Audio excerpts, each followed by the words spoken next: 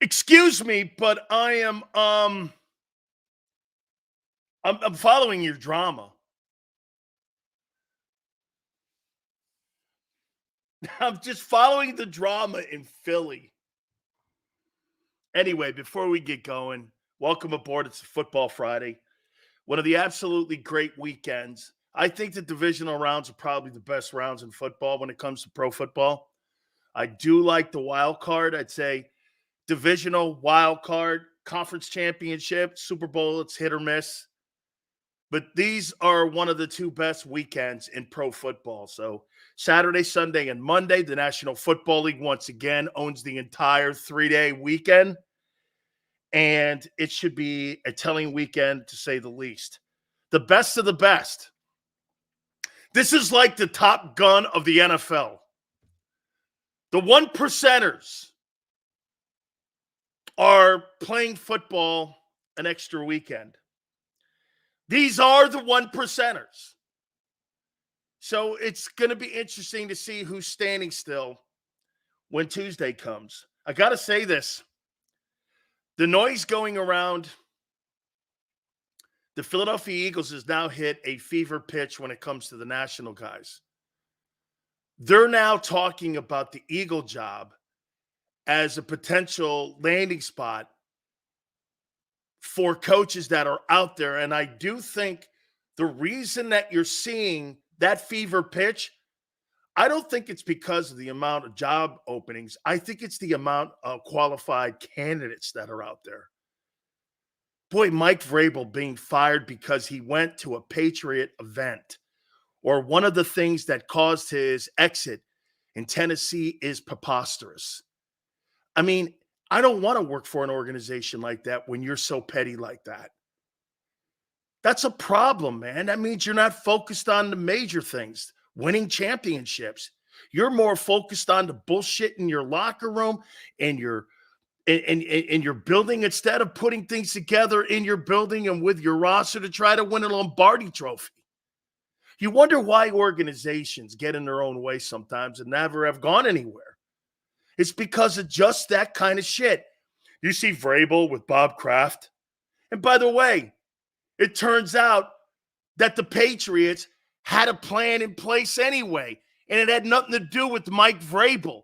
So that dumb owner in Tennessee made a catastrophic mistake by letting Mike Vrabel go. Who are you going to hire in Tennessee to replace Mike Vrabel?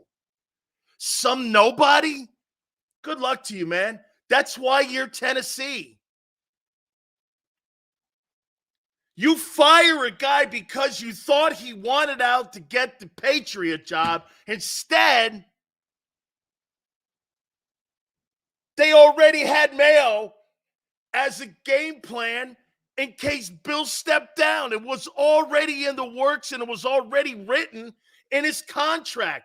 When Belichick steps down, you're the new head guy. You talk about people that get butthurt and read the room wrong. The owner of the Tennessee Titans read the room wrong. And you fired a quality guy that you had in the building. Holy cow, talk about absolute numbnuts in that organization. You deserve where you are. You deserve where you are. By the way, and Nick Sirianni's seat is hot. It's because you've got Harbaugh. It's because you have, hey, by the way, that's kicked up again about Tomlin. Tomlin may just walk away. He may want a fresh start. That's coming from his camp. Now, again, I don't believe that. Why would you leave the Steelers? They're going to do everything in their power to make you a winner. That's not their MO. They don't do that stuff. Pittsburgh finds a leader, and he stays there. It's almost like it's when you get hired by the Rooneys, it's almost like a Supreme Court appointee. You're there until you're dead or you don't want to be there anymore. Nobody leaves Pittsburgh for another job. You stay your entire career there. Why? Stability. Doing it right. 3 coaches since 1969. There's a reason that they do things the way they do in Pittsburgh. You know, I went back and listened to those press conferences yesterday. And I was listening to Nick Sirianni. And I was listening to Jalen Hurts. You don't know what you don't know, and you don't know what you don't know. I thought that was like a song. I don't know what you don't know, and you don't know what you know. You won't know what you know, and you don't know what you know. I have no idea what that means. When asked the question, he answered it with some sort of like Jay-Z rhyme. You don't know what you don't know. What you know, what you don't know, what you know. I was getting ready. I thought there was going to be a Jay-Z beat come after that. You don't know what you don't know, and you know what you know. You don't know what you know what I know, I know. Honestly, man, I thought we were going to get Snoop Dogg rapping. hey, listen, tones like this. Hey, Sills, don't you always say, feed them shit? Yes. I just thought it was, you don't know. I was like, okay. Okay. You don't know what you don't know, and you know what you know. I would have been in that room. I would have went, okay, maybe I'm too white. And maybe, I'm a rock guy. Can someone tell me what is that? Or is it Generation X thing? It's a Generation X thing. Is that what it is? I'm too old. I'm a too old guy. I don't listen to like Taylor Swift and all that. I don't know anything. I barely found out this year what a Swiftie was. So I may be a little bit get off my lawn old guy. I don't know. You don't know what, he's right. But I'll tell you what he had a chance to do there. I'll get to A.J. Brown here now. So A.J. Brown, yeah. Seattle, we improvised. We just made it up. Jalen had a chance yesterday to kind of also go and cover his coach's ass, and he didn't. Yeah, that's what we did. You don't know what you know, what you know, what you know. What you know, what you don't know. Maybe what you know. And I went like this. I don't know if this guy likes Nick Sirianni. As a matter of fact, I'm going to make a statement here. I don't think Jalen Hurts likes Nick Sirianni as his head coach.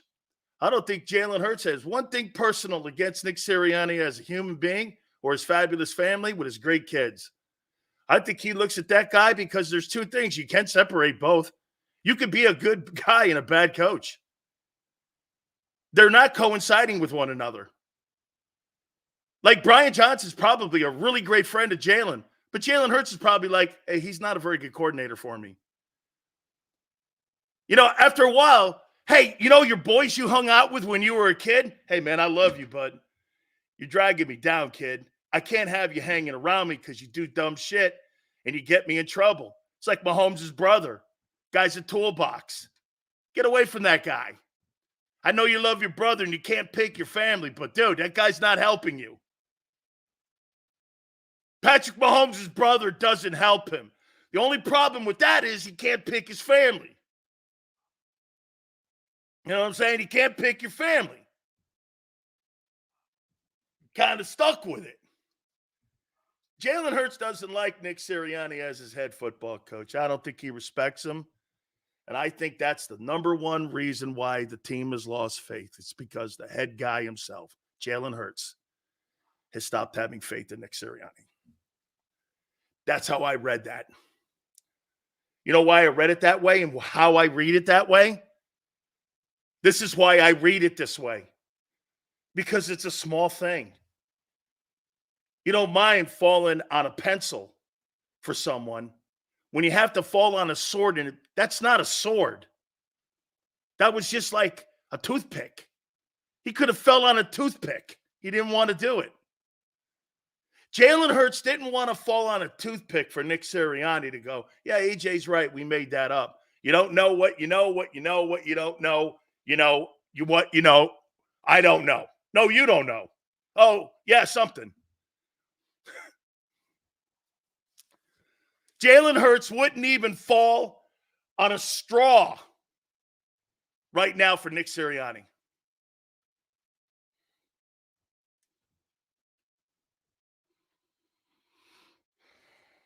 Hey, Sir Roger goes, Stephen A. Smith thinks Howie's a great GM. He doesn't watch the games. Sir Roger, how many times has he gone on First Take and people questioned him? This year alone, there were about 10 instances where he was quoting and talking about people who were traded 2 years ago. Stephen A. Smith has no idea. His producer gives him something to say and hit points, and he goes on First Take with it. He's not there because he's intelligent. He's there because he delivers great content that's handed to him. He's an orator.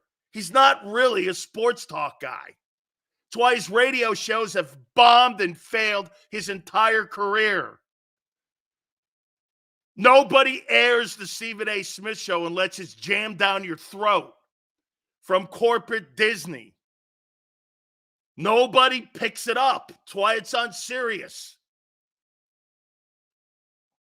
I had a guy tell me years ago at iHeart, well, I'm in the Stephen A. Smith business. I went, then you ain't in business. 2 years later, was canceled. The guy's not good on the radio when he's got to get ratings. He's really good at where he is now. Stick to it.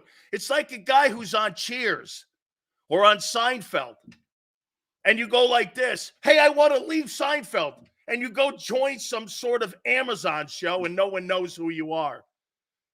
Ask Chris Wallace how he's doing now. Where is he now? Someplace, where's Chris Wallace now? He was killing it on Fox News. Where's he now? He's nowhere. I think I'll go on my own. How's those moves always work out? You're not Larry David and Jerry Seinfeld. Sorry, guy. That doesn't usually work well. Yeah, I'm going to leave Cheers and start my own show. Yeah, good luck. I'm going over here. Yeah, I never hear from you again. A.J. Brown now. Tone gave me a little bit of Tennessee history, some Tennessee Titan history. A.J. does this because he's laser focused. According to fans that are Titan fans, because of all the numerous playoff runs the Titans have been involved in with A.J. and his massive impact in the playoffs, he scrubs his social media. He deactivates his account. This is standard. It's kind of like when you're going, and you're getting ready to go to battle. Is that what this is? Scrubbing I scrub all my information that I was a Philadelphia Eagle off my Instagram. I deactivate my Twitter. And now I'm ready for the Bucks. That must be like a new wave, like the tone crowd and the youngsters and guys like that. I'm going to scrub everything. Push everything to the side. Hey, old man Sileo, you just go over there and you put your teeth back in and you sit over there and I'll show you how it's done. The youngsters and the X generation will take care of you. Oh, man, you don't know what you're talking about anymore. Oh, okay. I'm going to scrub my Instagram. Shut down my Twitter. Well, man, I'll tell you what. You talk about like a kindergarten class going on. Man, you got so much bullshit going around your team now. I don't even know how you're focused to win. I heard Glenn Mack now on with the guys before me. Oh, the Bucks aren't good. And you are? That is really crazy thinking that you think you're better than Tampa. You are Tampa. You're Tampa, and you got a quarterback that hates his coach. Well, Mayfield's hurt. Okay, that does help.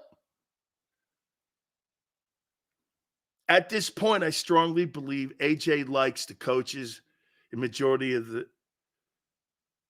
and the majority of the team doesn't.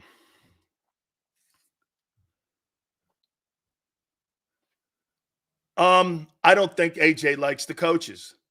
I don't think anybody in that locker room likes the coaches. I think the reason that everyone stopped believing is because Jalen Hurts stopped believing. Now that what was that? Hey, what was the game that Jalen Hurts said that he talked about commitment? What game was that? That they talked about commitment. Was that the Cowboy game or was that the Niner game? I think it was the Cowboy game, wasn't it? In Arlington, when he came out right after and he said, "Hey, we got to look each other in the face and we got to question commitment." Or was it the Seattle game that he did that? And remember, they made him walk it back later in the week. That's right there, man. Right there in that whole window. After Buffalo, something happened. Get this. The 49ers and the Cowboys now are becoming less significant. It's more about Arizona and New York and Seattle. That something happened in the locker room. I am under the belief that something has happened because you know what the most disappointing thing is? That leadership that they had so much last year has evaporated.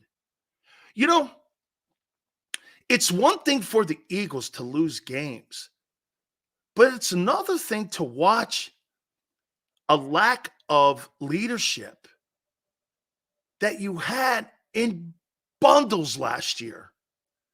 And it's just not on display anymore.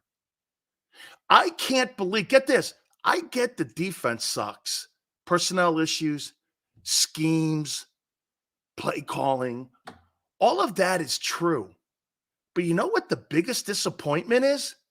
The lack of leadership from everyone, from the quarterback to everyone on the team, to the coaches, everyone. There is no leadership whatsoever in that locker room. And it's been on display for a month and a half. Actually, since Buffalo, whatever that coincides with. I think Buffalo was the last time we saw Eagle leadership. And after that, something happened. Something happened. People questioning play calling, the firing of Sean Desai, the lack of vote of confidence on something. Something happened between Jalen Hurts and Nick Sirianni that relationship went south and it's infected the entire locker room. Let me ask you this. Do you think that the relationship between Wentz and Doug Peterson, once that thing started to get fractured, do you think that also divided the locker room in Philadelphia back then when that relationship started to kind of have cracks in it and started to dwindle?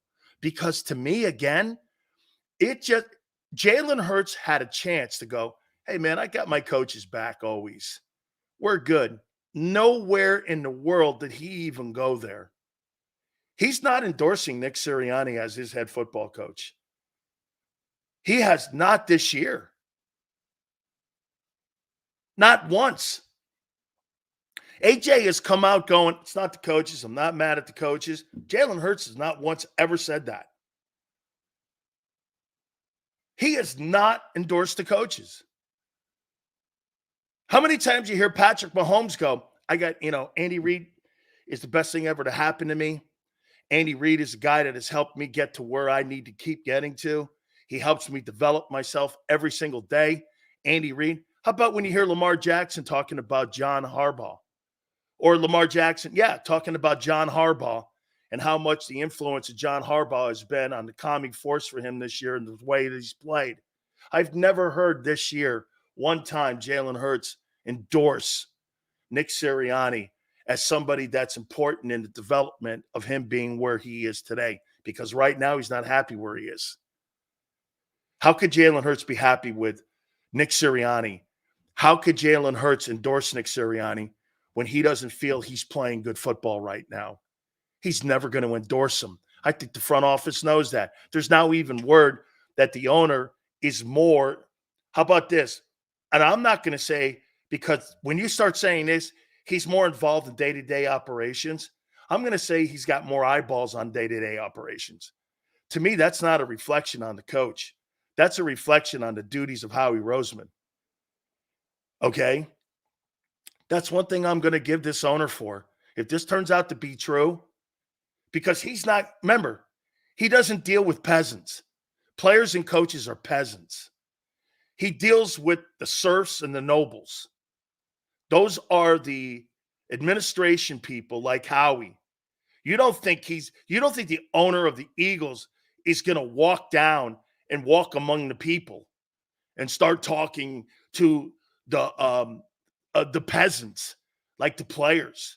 Owners don't talk to peasants / players. They don't do that unless they're the quarterback. And now that he's finding out that the quarterback and him they have a problem, I think you got a major problem. Nick Sirianni can be fired because Jalen Hurts doesn't think he's the guy for the team.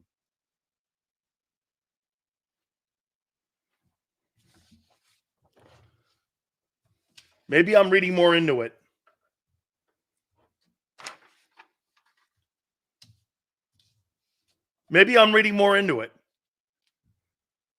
But it just seems something to now you're hearing everyone. Now you're hearing everyone, even in the local Philly media, starting to pick all this up. Jalen Hurts does not endorse Nick Sirianni as the head football coach. And if they get blown out Monday, he'll be fired Tuesday morning. That's a slam dunk. And I would definitely talk to Mike Vrabel. Mike Vrabel in that building with accountability and work ethic, holy shit, the Eagles would win 4 Super Bowls. You put Mike Vrabel. And by the way, who was the one guy that was 1,000% against A.J. Brown being traded? Who bitched the loudest? Who lost his job in Tennessee because of the A.J. Brown deal? It wasn't Mike Vrabel. It was the general manager. Vrabel wanted A.J. to stay. A.J. likes him. They're boys. So you put Mike Vrabel in the room and you bring in a quality coordinator. And you know what you do? I'll tell you what you do. You bring Frank Reich in as a coordinator. And then you know what you do? You bring in an RPO guy involved in the passing game, working with Frank. And Frank and them can work together on building an offense for Jalen Hurts and putting an offense together. Remember something. Shane Steichen did work for Frank. Frank likes to have assistants around him that know how to do 7-step and RPO. That's the brilliance of a coordinator. Okay, well, I'm not the greatest in coordinators. So you know what we'll do? We'll bring in we'll bring in an RPO guy. I'm more of the passing coordinator. You're the RPO guy. We'll have 2 guys in the building, and we'll build an offense around them. You put that coaching staff in there, okay? And you let Mike Vrabel work on the defense. How do you think you'd do next year? I'll tell you what. How do you think you would do this year if you had Mike Vrabel in the building with Frank Reich going into the playoffs with this team? I think you could turn the postseason around. I think you turn the postseason around. Now, for Jeffrey Lurie to be with eyes on football operations, it's vague. So leave it there. You don't know what he's looking at. He's not dude, he's looking at Howie because Howie hired those guys. Why'd you hire him? My first question is not, hey, Nick's not the guy. My question to him would be, why did you recommend him? And not Nick. Why did you recommend Brian Johnson get that job?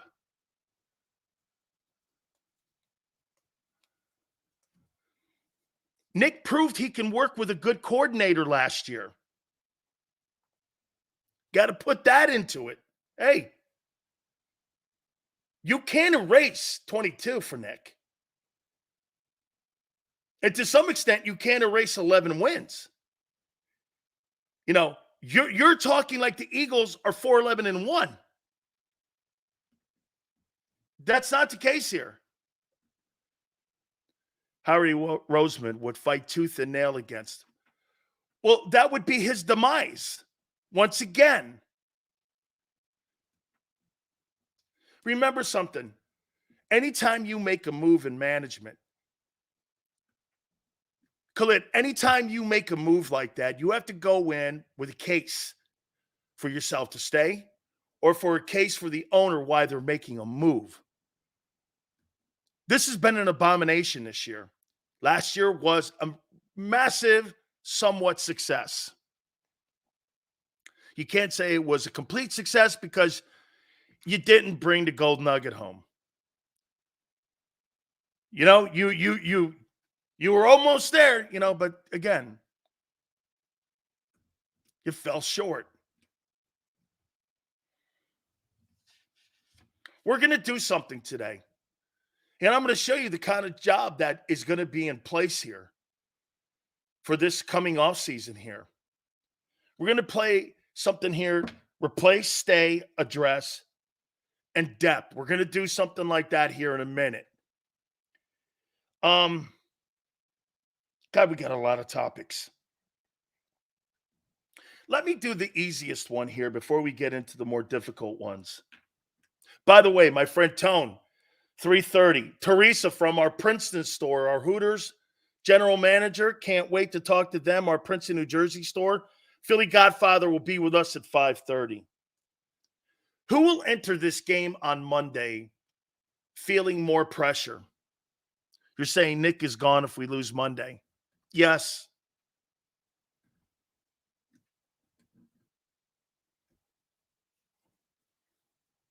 Yes. There's too many good candidates out there. Sirianni or Hurts? Before you answer Sirianni, Jalen Hurts. One thing you may not like your coach.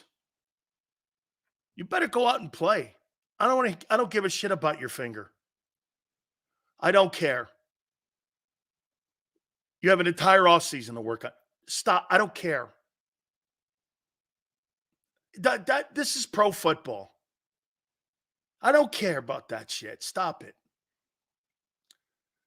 Held him out of practice. Okay, good. Hold him out of practice until Monday. Give him the extra day. Go play, kid. You're making $50 million.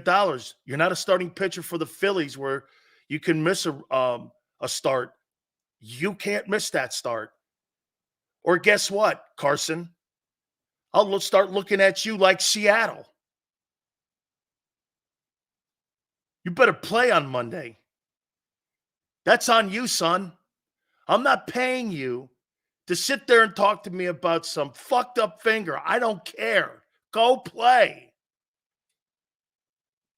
If you're walking and breathing and you're able to take a crap and eat, You're playing Monday. If you've got a heartbeat, you're playing Monday. What do you think this is?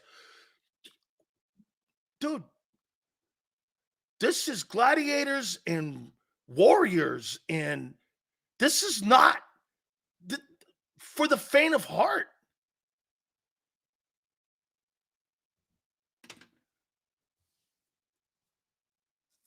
And I held him out. You talk to children like that.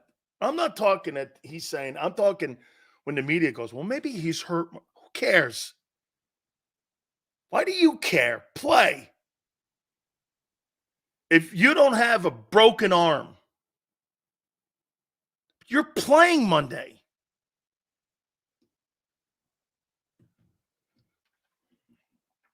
I'll give Brock Purdy credit. This guy had a severely damaged shoulder in that NFC title game, and that guy went back in and had more damage on the shoulder, but he finished the game for his team.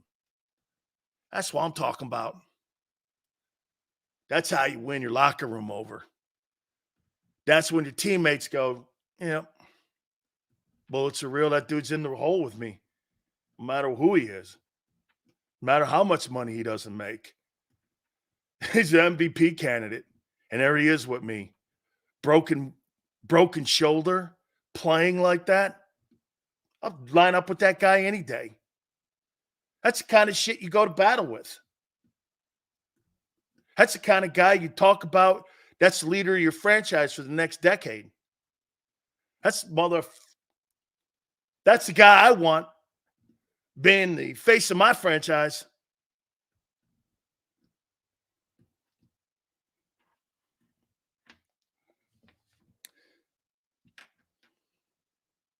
And by the way, I see some turd in here talking about me giving AJ some sort of pass.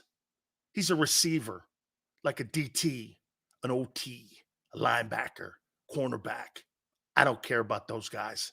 The quarterback is the guy on the team that moves the chains and is the face of the franchise and makes the bag. Them other guys are just dudes. The quarterback's the face of your team. He don't get passes. You make the most money, you're not treated the same, good and bad. Some of these people in here want you, me, or someone else to treat Jalen like what? Kenny Gainwell? I don't give a shit about Kenny Gainwell. He could miss the bus on Monday.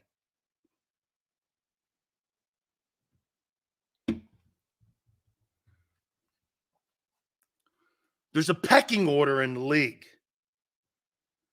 Hurts is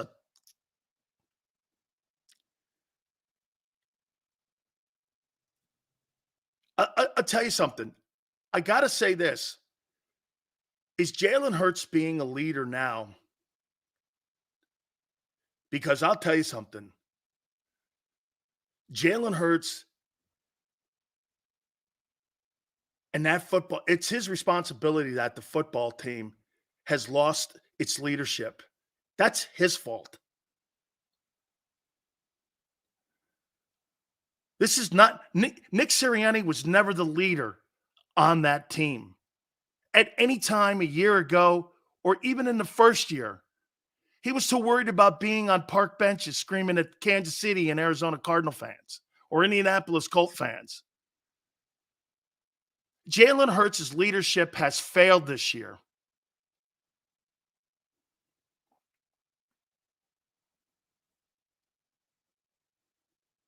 No excuse not to run Swift 25 times in the rain.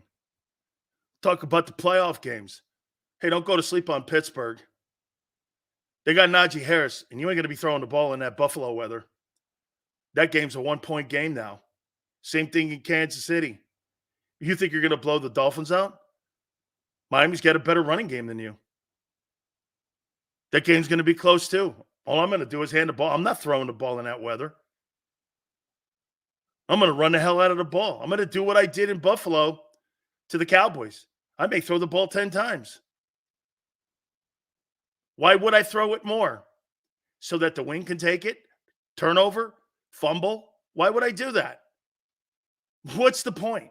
Oh, wait, that's right. You got to act like Eagle coaches. Explosive plays. Those are games you don't want explosive plays or try to attempt them. You're going to play. Those games are going to be over in 2 hours. So be prepared. The Pittsburgh, the Kansas City Miami game and the Buffalo and Pittsburgh game will be over in 2 hours. There'll be like 45 rushing attempts between both teams in both games. What's the point? 65 mile-an-hour winds, and you're going to throw the ball? Only the dumbass Eagles would do that. You got to play common sense, environment. Who's in the game? What's your strength? Oh, and here's the thing for the Eagles. Humidity is going to be pretty high down there on Monday. See what kind of condition you're in. We'll find out. That's going to be a different environment for you. Be about 85 humidity down there. See what kind of shape you're in. See if fat guy Jordan Davis can get out of a stance. I say this to you, man. Sirianni or Hurts on Monday. Who's got a bigger ton of bricks on their back?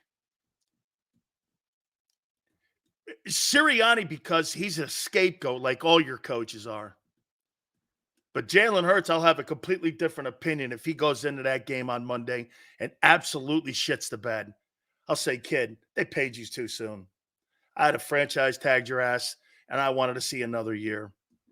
I said it at the beginning of this year. You sure you didn't pay him too soon? 17 ball games, you gave him. It's really a 3-year deal. I get it. And what makes me okay still with it, because I talked with Tone about it yesterday, is how Howie structured the cap hits. That's what makes me cool with it. That, hey, look, and by the way, do I mind giving Jalen Hurts the money? No, because I think we can pull him out of this. I think we can pull him out of this because I like the kid. There's certain guys you regret paying. I'm not saying I regret paying him, but I'm saying you paid him too soon. But we can work through this because the kid is a good guy. He works hard and he wants to win. I'm going to work with that. And I've got a sample size on what I've seen with Lamar. Lamar turned it around, got it going. They put good people around him. Now, again, I'm under the assumption that Philly's going to act like Eric DeCosta in Baltimore. I don't know if they're able and capable.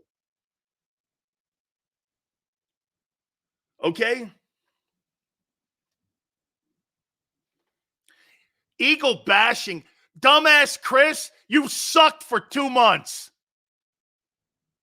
Eagle bashing. Look at that ass bag. You have been awful for 2 months. This guy wants me to dress up a fat pig and tell you it looks good. What a dick. Are you crazy? Eagle bashing? Shouldn't be me bashing you, dude. It should be your coach kicking your ass. Show some balls, dude. Belichick Harbaugh available as head coach. Eagles will fire Sirianni. Dude, you ain't getting one of them guys. Stop it. Inferno, you ain't getting Belichick or Harbaugh. Howie Roseman would be working at the Philly Library if that happened. He'd be working at a Tom and Jerry's by Wednesday.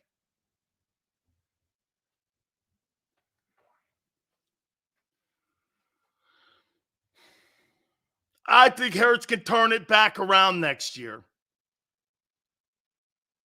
Do I think he could turn it around Monday? No.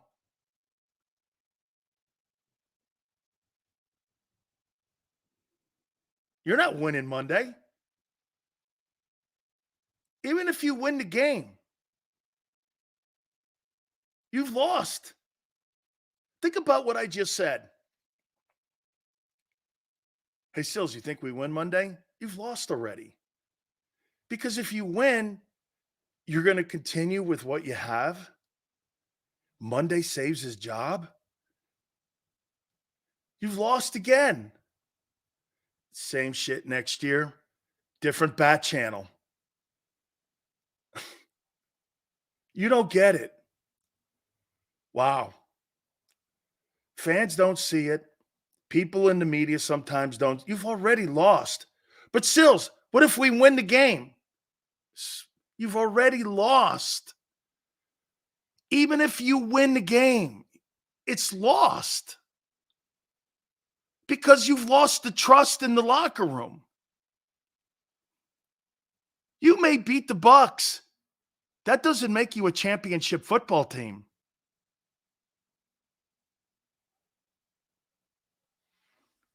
Man.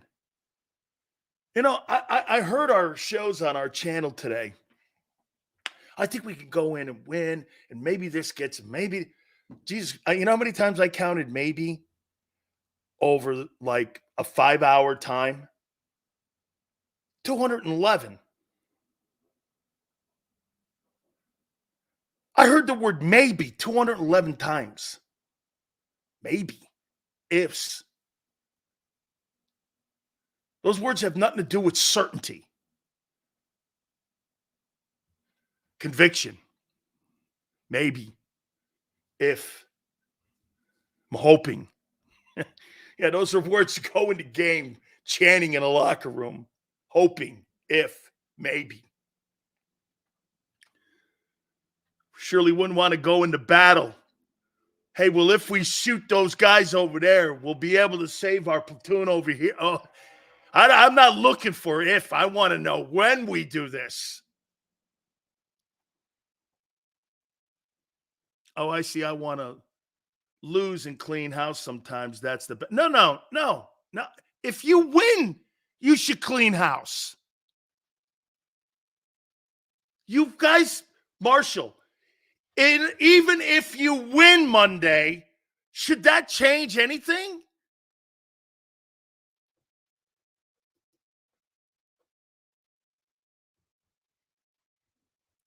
After being negative all week with the reality, I'm still a fan at the end of the day. So hope will always have a place in my house. Absolutely nothing wrong with that. It's the way you should absolutely be. Hope and all that is eternal because you're always looking for it down the line. I believe you make your success and not hope for it. I'm not saying Tone's wrong, and I'm not criticizing that because I have no problem with that. But I've never subscribed myself to that. It's like hoping for the lottery. Marshall, I got you. I don't pray for the lottery. It's a gimmick.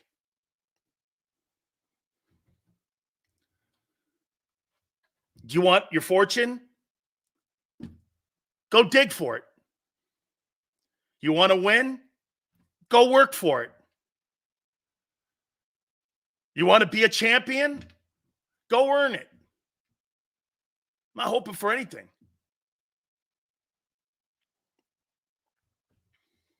Hey, do I hope my daughter does this? Do I hope my daughter does that? Of course. Of course. Because I can't control it because it's not me. But when you're an athlete, the only thing you can control what's in front of you. I can't control my teammate next to me. I can't control him. That's what's happened to your Eagle guys. They've lost sight of that. Take care of the shit that's in your front window.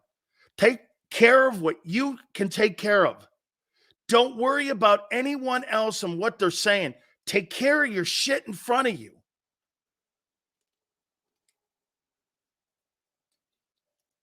Is that the guy from Washington to get the Bama job?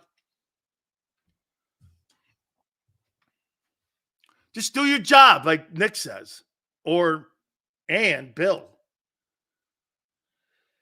So here, I'm going to take something that Darius Slay said and ask you. You think it's best that this Eagle team is playing this game on the road instead of playing it at Lincoln Financial? At first, it's a dick comment, you would think. Then I thought about it. The Eagle fan base is in a lather right now. The media are as well. And any sign of failure, you're going to hear the boos in the stands at Lincoln. You get a 3-and-out or an interception in a playoff game against the Bucs at Lincoln Financial, it'd be like you're playing a road game. You'd be harder and more critical than I've ever been with your team. And like Tone says, it's my team and I love it, but we all know this. If you had 3-and-outs to open that football game at Lincoln Financial, you'd be booing them harder than anything you've ever seen in your life. Tell me I'm wrong. You would treat them worse than the team you were playing. Am I wrong?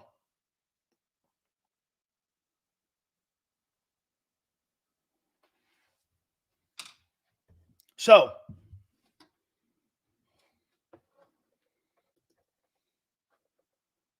think about that. Tone's like, you're 100% correct. That football team would not have one bit of latitude to make a mistake or a pick six or a turnover. And by the way, even if they won the game 20-19, they'd still boo you off the field because that's what you do. And I'm not saying you're wrong, but you'd be booing them off the field for the way they've played all year. Not because the way they played in the Buck game. You got to understand something. The fan base doesn't see 11 wins anymore. The fan base sees 3-5 since the bye. The fan base looks at you right now and says, this is not a team that is a championship team. And they're going to be harder on you than anything that could ever walk into that building at Lincoln Financial. So Darius Slay's not wrong. They're going to get more latitude down at Raymond James. I actually think it's best they start on the road. I think it's the best thing that could have happened to them. And I would use it that way. Okay? I see Lori poking around and no sign of Howie last time. I seen this. Chip Kelly was the hire, and you know the story. Sills honestly believe Belichick or Harbaugh is in play, just an opinion. Okay. Again, if you bring Jim Harbaugh or if you bring a guy like Belichick in, Belichick, can you imagine what Bill Belichick would do? Let's play a game here for a second before I get onto the other topics.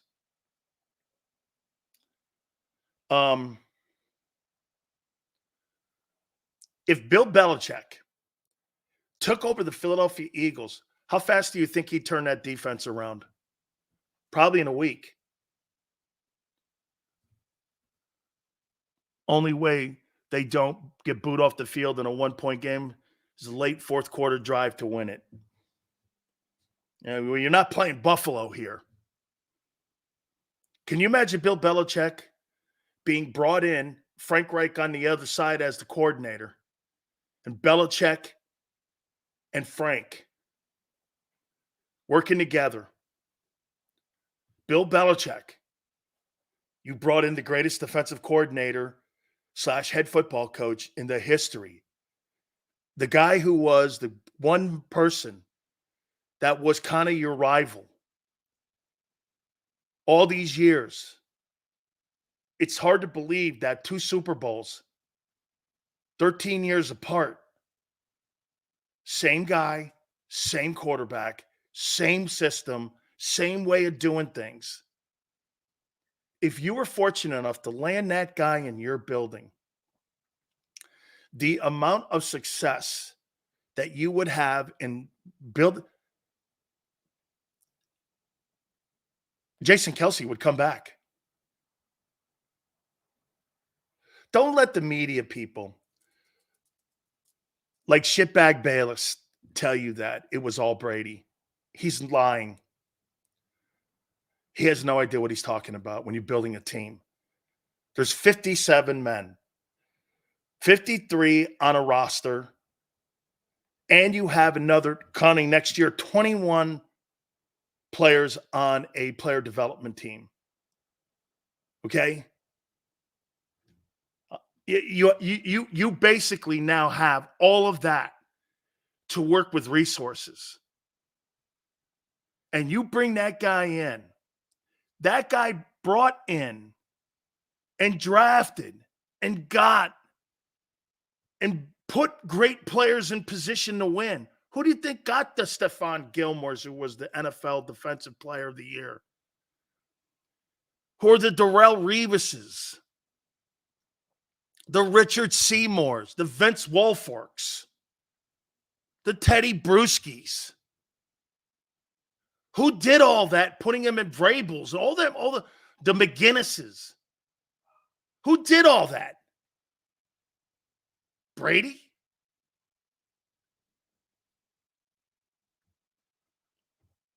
Amendola said it best, Sills. He said the team worked with Bill and played for Brady. Huh. Matthew brings up a great point. Amendola said it best. Bill built it and the team played for Brady. How come the team's not playing for Jalen now?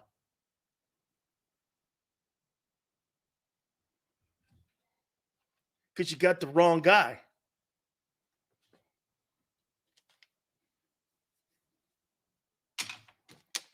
You got the wrong guy.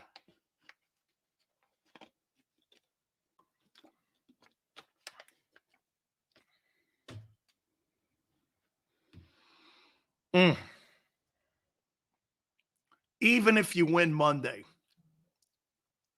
decisions have to be made.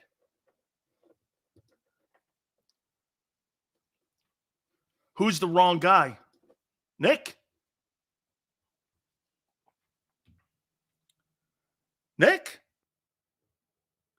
Nick's at fault here. By the way,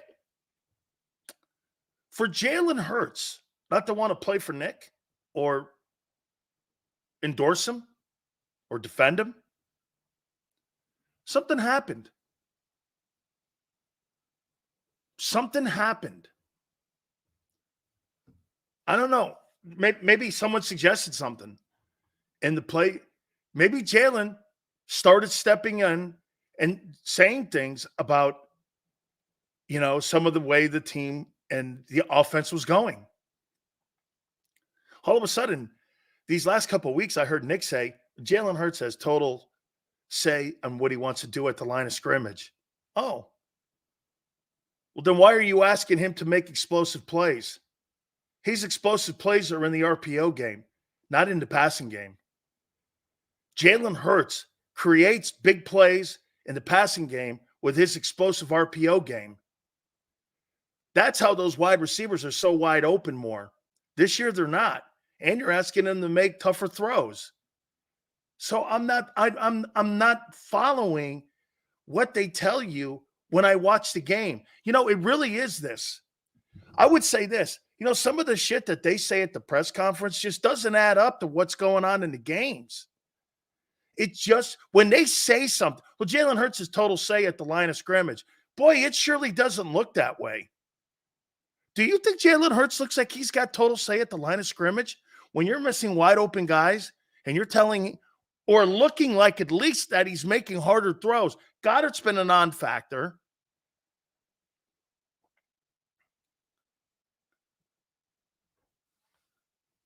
It's just every time you hear them talk, you're like, and how about this one? Sirianni, was he not defending Brian Johnson's numbers? I don't give a shit about the numbers. Jalen Hurts has better numbers. Yeah, watch this. Jalen Hurts has better numbers this year, and Jalen Hurts is less effective than he was a year ago, and he had lesser numbers.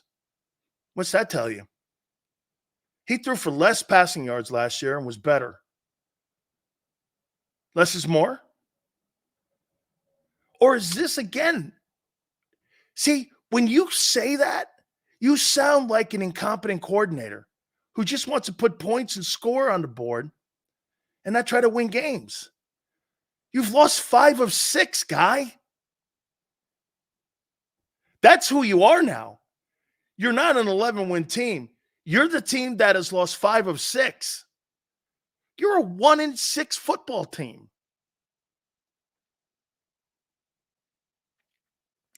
Seals, do you think Jalen, seeing other players not as motivated as him in the locker room, is killing the drive and the will? I think the players seeing that Jalen Hurts doesn't subscribe to Nick Sirianni as the head coach has deflated the room. And everything that they thought, the quarterback is the Pied Piper. It's the only excuse why you don't play with heart and you quit before the game even. Like, would this be a fair statement? Would this be a fair statement? They quit before the Giant game started. Hey, Twiz, and Hurts would never throw for 4K.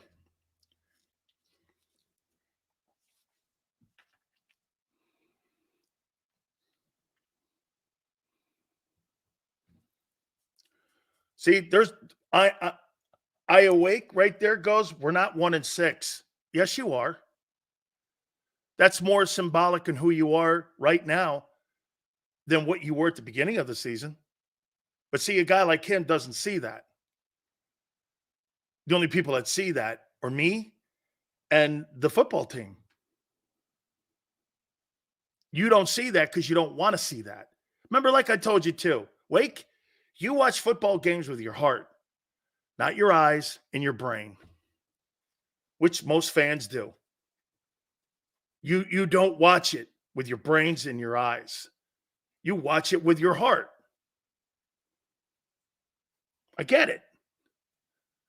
Hard to rip that. Hard to rip that. It really is. And I don't like to rip that. Because the one thing you have to have and one thing you do and one thing you love, you always want to make sure you never shit on somebody's passion for what they love, especially when it comes to a civic pride team like the Eagles. And I'm not saying that. Look at Chris. Records don't matter. Yeah, you're right. 1-6 doesn't matter. How about this one, Chris? How are you playing? Chris goes, records don't matter. Okay, I'll take the record away.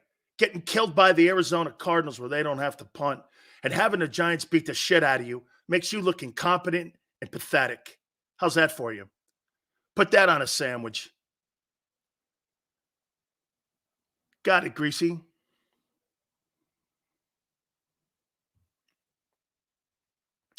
Nick is 34-17. Yeah, and Mike McCarthy's 35-16. Super Bowl champion coach.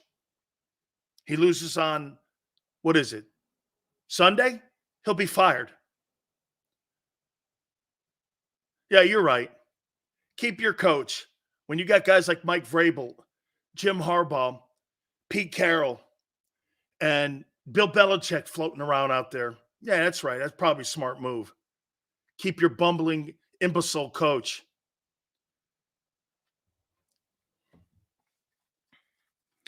I told you this too. Every time he gets in front of a mic, it's just clumsy.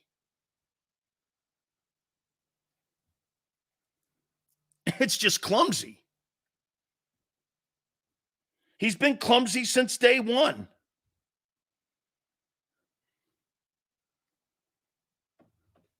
Just been clumsy. And dude, I don't mind because Dan Campbell had a shitty press conference too. He had a shitty press conference. At least he won. Yeah, you know what? You know what Dan Campbell did? Dan Campbell validated that he's an actual coach. You know what Nick Sirianni did? he completely validated that this guy's a puppet for the upstairs guys. Howie's got a little thing that goes up behind his neck, and he talks, and they sit there and they, like a ventriloquist.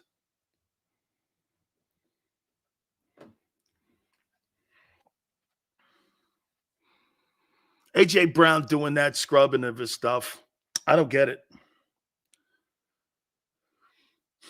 I don't get it. I just do not get it. I just do not get it. You don't need that kind of shit right now, son. You got a game to play Monday.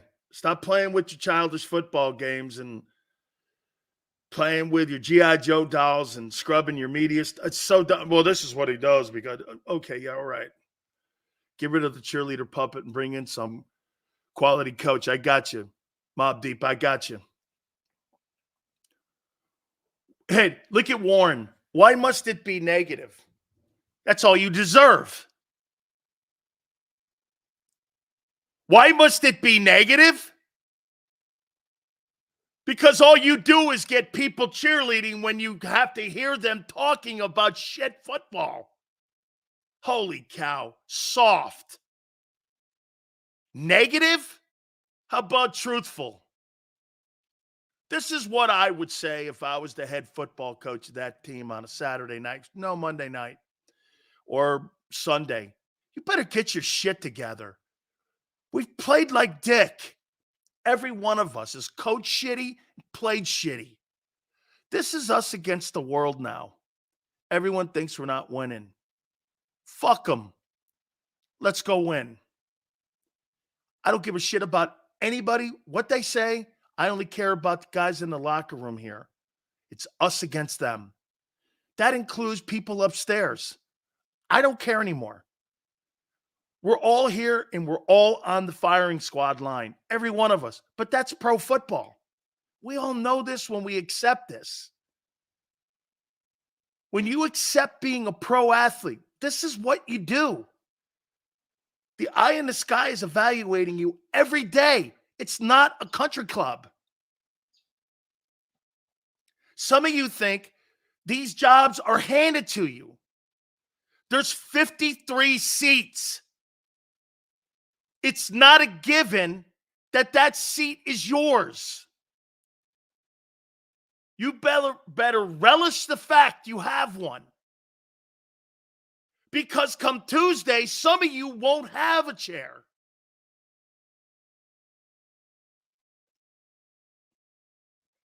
That's how you talk to a team that's lost 5 or 6 ball games.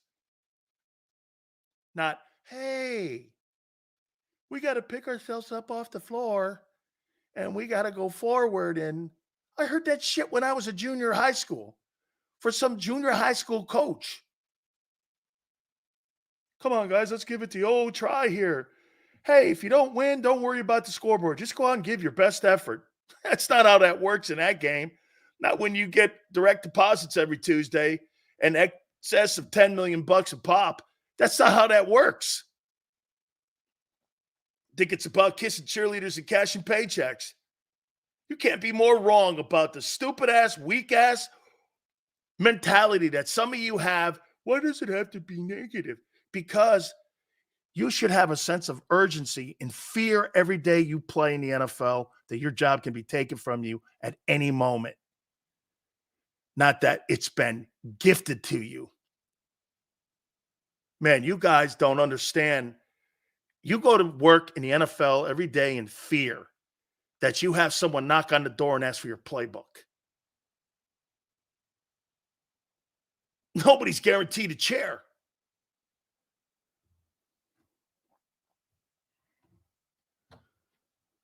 Hey, it's okay. That chair's yours. No, it ain't.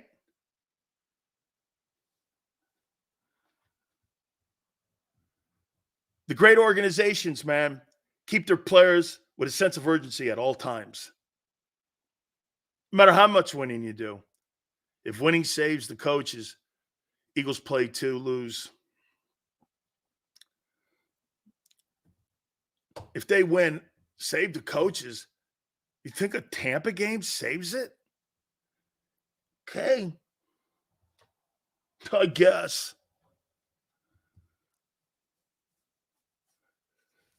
I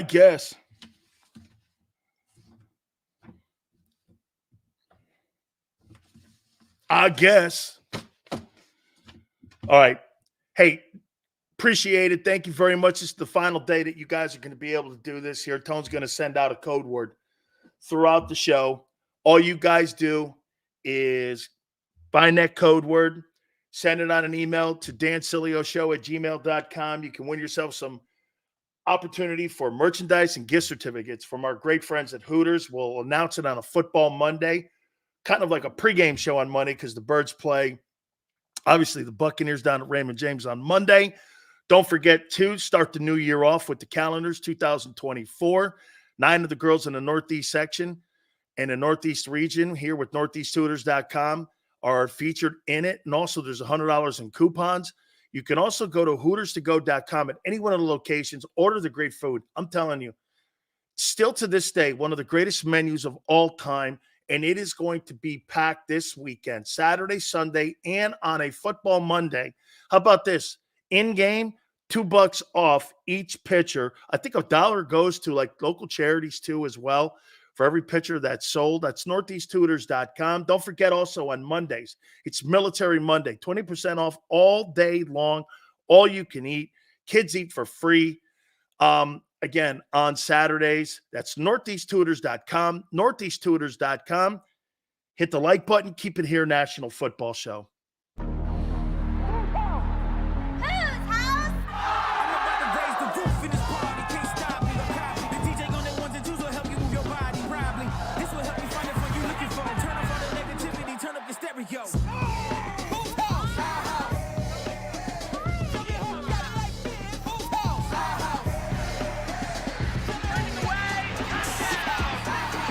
The perfect pair.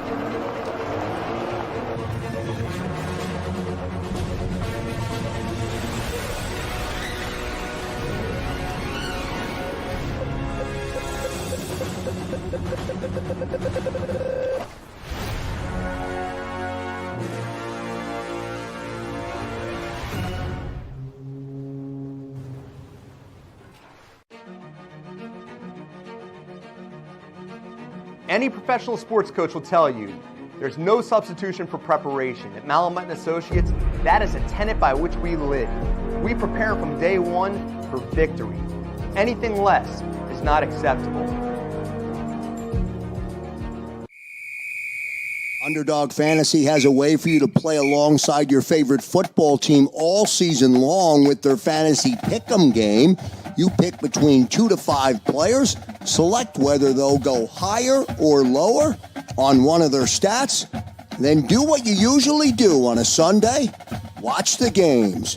You can win up to 20 times your money in a single game by going 5 for 5. It's a fantasy game, and the Sports Betting Show wants you to get involved. Go to UnderdogFantasy.com. When you sign up, use the promo code WIN, and Underdog will double your first deposit up to $100. That's UnderdogFantasy.com. Use the promo code WIN.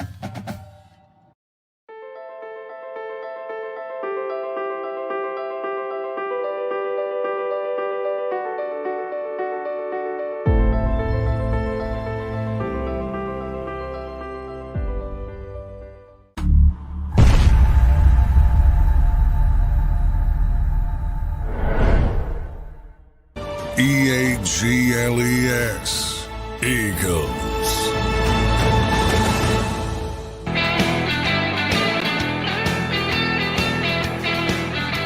Aaron Donald.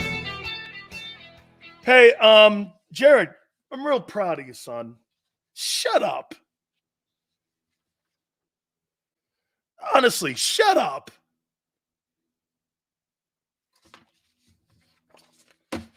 Hey, Jared Goff, I'm really proud of you, man. You know, you're my boy and all. You got the wrong guy. I don't want to hear that shit. I thought it showed a lot of class. I don't want class. I don't want anything to do with class. I got a football game to play. You understand that? You think I'm a good sport right now?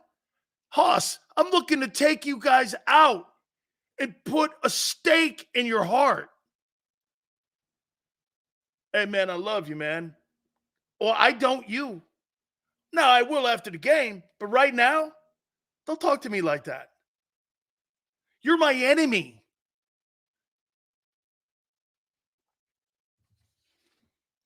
I mean, hey, listen, here's the problem you have. You say here, you do. See, this is the shit Jordan used to do. Jordan used to fraternize with the guys. Riley would have none of that. Pat Riley had a rule, no fraternizing. And I completely agree with that. No fraternizing. I don't even want you praying with the opposing team. You do that shit on your own time. You're not doing that here. Wait a minute. I can't pray. No. There's no fraternizing. Well, that's too old. I don't care. We're not fraternizing. You want to pray with your own team? No problem. Go ahead. But you're not sitting there holding some public seance in the 50-yard line prior to it. Get the hell out of here. We're having none of that. This is Lions and Tigers. What are you talking about here? Man, I'll tell you, there's some people in the world, man. Hey, man, but we're boys. That's what the problem with the NBA guys. You got all that butt buddy stuff before games, high five, and no way. Not happening. I'm not doing any of that. And after games, I ain't shaking your freaking hand. Hey, good game. Why? Guy beat our team's ass up. I'm going to go shake his hand? That's a loser's mentality, in my opinion. But see, you talk to people like that, they're like, this guy has no sportsmanship. I don't give a shit about sportsmanship. My sportsmanship is on it's on display when I'm playing in the game, not after the game. We got to show some humility. No, I don't. I'm a poor loser.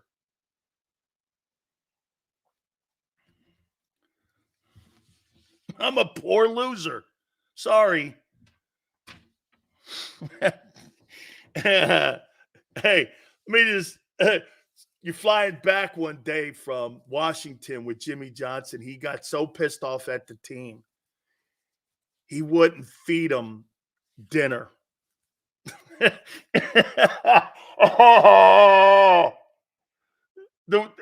stewardesses came out, you know, with those trays and shit. And they came out, and Jimmy goes, what are you doing? And we're going to feed the players. And Jimmy goes, they're not eating. I'm like, and Kevin O'Neill, the trainer, goes over, Jimmy, they got to eat dinner. Jimmy goes, they didn't play hard enough. They're not eating dinner. Nobody had dinner from Washington back to Dallas. Nobody ate dinner. Part of that shit many times. I'll give you another one. We're playing a game. Okay? Thank you, Gary. Gary, you'll like this one. Gary, check it out. Tone, you'll like this. So we're playing a football game against, this was like my sophomore year in Florida State. No, the Gators beat us. And it's the last time we got beat at the Orange Bowl during that streak. And we're walking off the field. Jimmy Johnson goes like this. Where you guys going? Game's over. Go back in, get water, meet me in the field. We all went back out. We had a 3-hour scrimmage. after a 4-hour football game. They turned the lights off on us.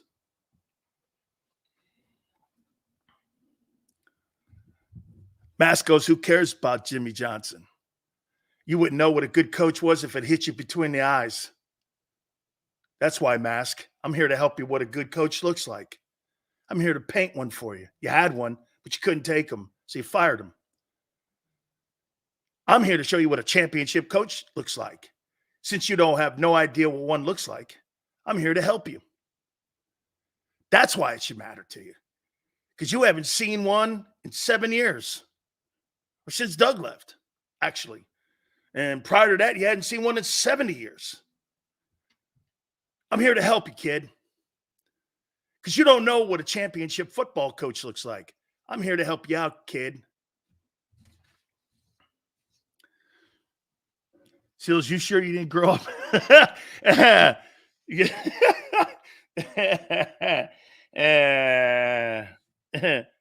That's, hey, Dirty D, that's one of the greatest compliments I've had so far. Thank you. That's cool. Okay. Okay. Yeah.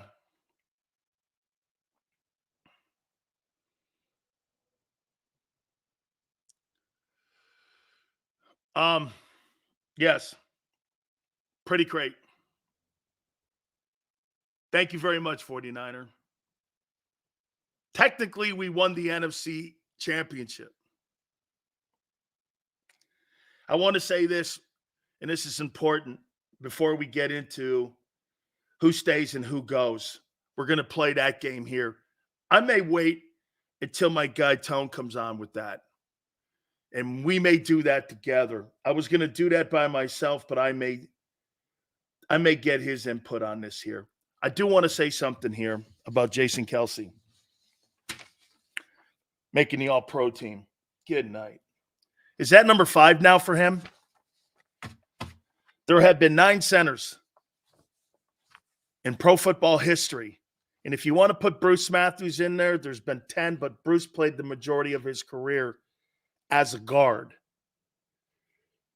And by the way, Chuck Bednarik is also, because he went both ways, linebacker and center, and everyone knows his exploits on the 1960 team.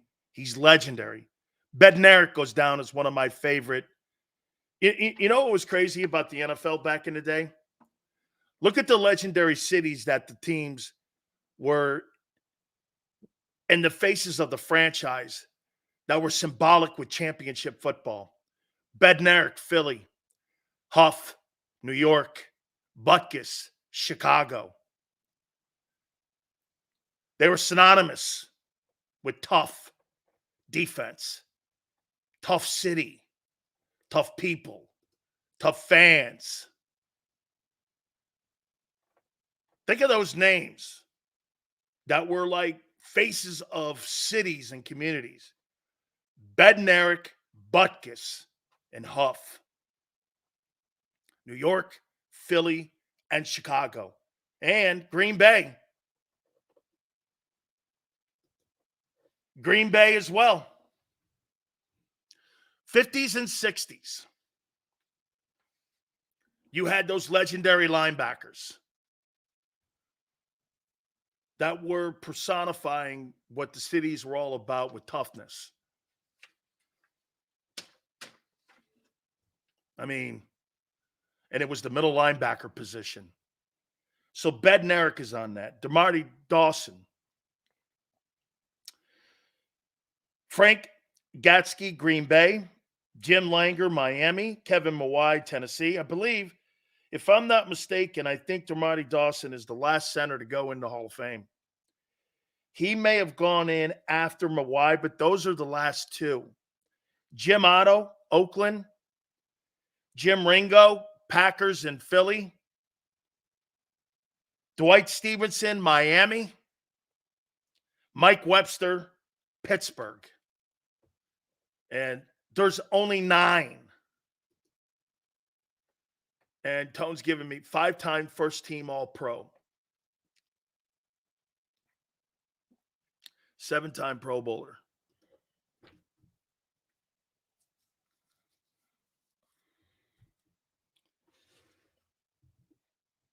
Amazing. Amazing.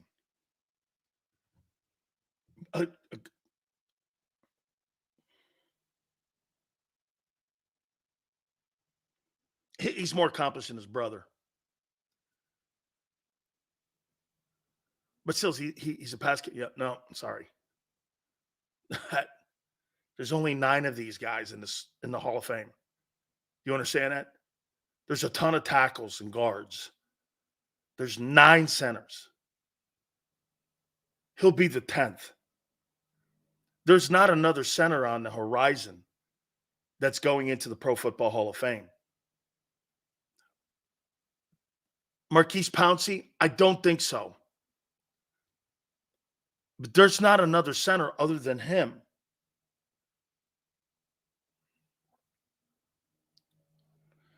I would put him here. Bednarik was more of a linebacker, but Chuck was just as great on both sides of the ball. Hard to quantify how great he was as a ball player. I believe that Jason Kelce's better than Dermontti Dawson. And I have a lot of respect for every one of these men. Gatsky, different era, no disrespect. I don't know. You know, you're 250 pounds, but then again, that's the era. It's unfair for me to put a judgment on that. Jim Langer played on those Miami Dolphin teams that won 3 AFC championships, 2 Super Bowls in a row. One of those teams were undefeated. Hard for me to sit here and say that Langer's not one of the truly greatest players in the history of the sport at that position when he was on the greatest football team of all time. Always remember this. The Miami Dolphin team of the 70s with Shula is the greatest run in Super Bowl era history because they did it 3 years in a row, and one of those teams was unbeaten. You can't come at me with anything else. 3 AFC titles, 2 Super Bowls, and one team was unbeaten. Top it. Top it. I challenge you. Top it. Mawai is a heck of a ball player. Jim Otto, Oakland, Hurricane, love him. Still kicking, one of the truly greats, AFL legend. Ringo played on them Packer teams and then came over to the Eagles. You know the story of Ringo, right? How he got to Philly. He had a contract come up with Lombardi. Walked into Lombardi's office and went, "Hey, I want a raise." Lombardi goes, "Hang on for a second." Lombardi goes in, comes back out 30 minutes later, and he goes, "Hey, you need to call the Eagles because you've just been traded." Lombardi traded him. Hall of Fame player. Dwight Stevenson, arguably the greatest center in the history of the sport with Mike Webster. Those 2 guys. Webster, 4 Super Bowls in 6 years. Very difficult. And then you put Kelce. Where would he fit in this? In the top 10 of the greatest, these are the 10 centers. Think of this. 10 centers. 10 centers are in the Pro Football Hall of Fame. That's it. It's like there's not a lot of catchers in baseball's Hall of Fame. They don't have a lot of superstar catchers. And if you look at the most accomplished catcher in the history of baseball, it's Berra. So, Kelce's statistics, his accomplishments, Super Bowl championship, 2 NFC championships, Super Bowl title, consummate name on the Pro Bowl list, either first or second team. And by the way, when I look at some of the guys who made first, second team, or third team Pro Bowl, I look at that and say, if you're a third team Pro Bowler, you're a Pro Bowler. I don't look at first, second, and third. Now, again, I think there's more prestige to that. So I understand and I get it. It's like first ballot Hall of Famer versus second ballot Hall of Famer or third ballot Hall of Famer. I put it kind of in that line.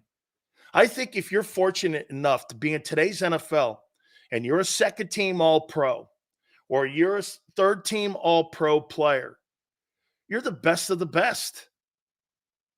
You're an All-Pro football player. As far as I'm concerned, you're an All-Pro. I would rank Kelsey here. He's the greatest center. He's better than Ringo, and Kelsey's better than Bednarik. Again, Chuck's different because he was a he played both ways, linebacker and center, so it's hard for him. But Bednarik is with the greatest linebackers of all time. I mean, just hard to put Chuck and such a great player. I could make the argument at times that I think he was better than Huff, and I think that Bednarik was better than the guy in Green Bay. Like, I would put probably Butkus and Bednarik 1 and 2.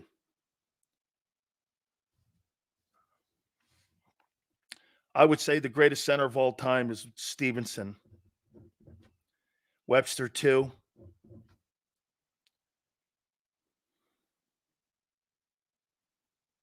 Langer 3.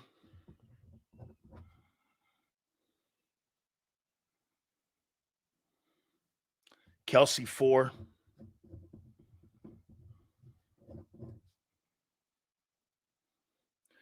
Ringo 5.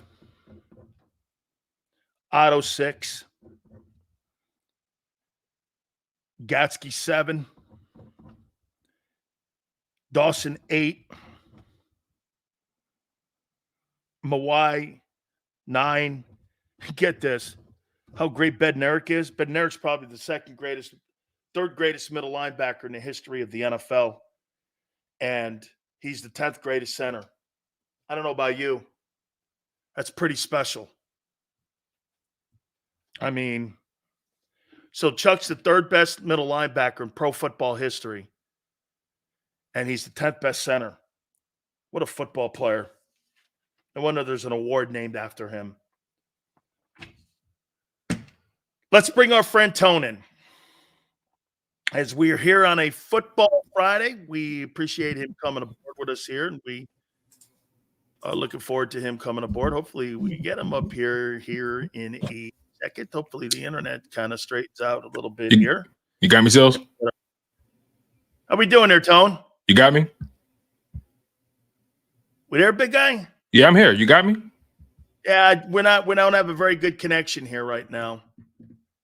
There we go. We got to see if we can get reconnected here a little bit and see if we can do that. You got me? No, still not there. Yeah, you're frozen. So we'll get him up here.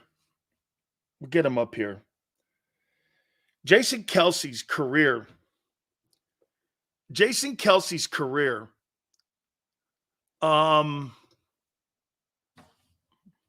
Well, we're good over here.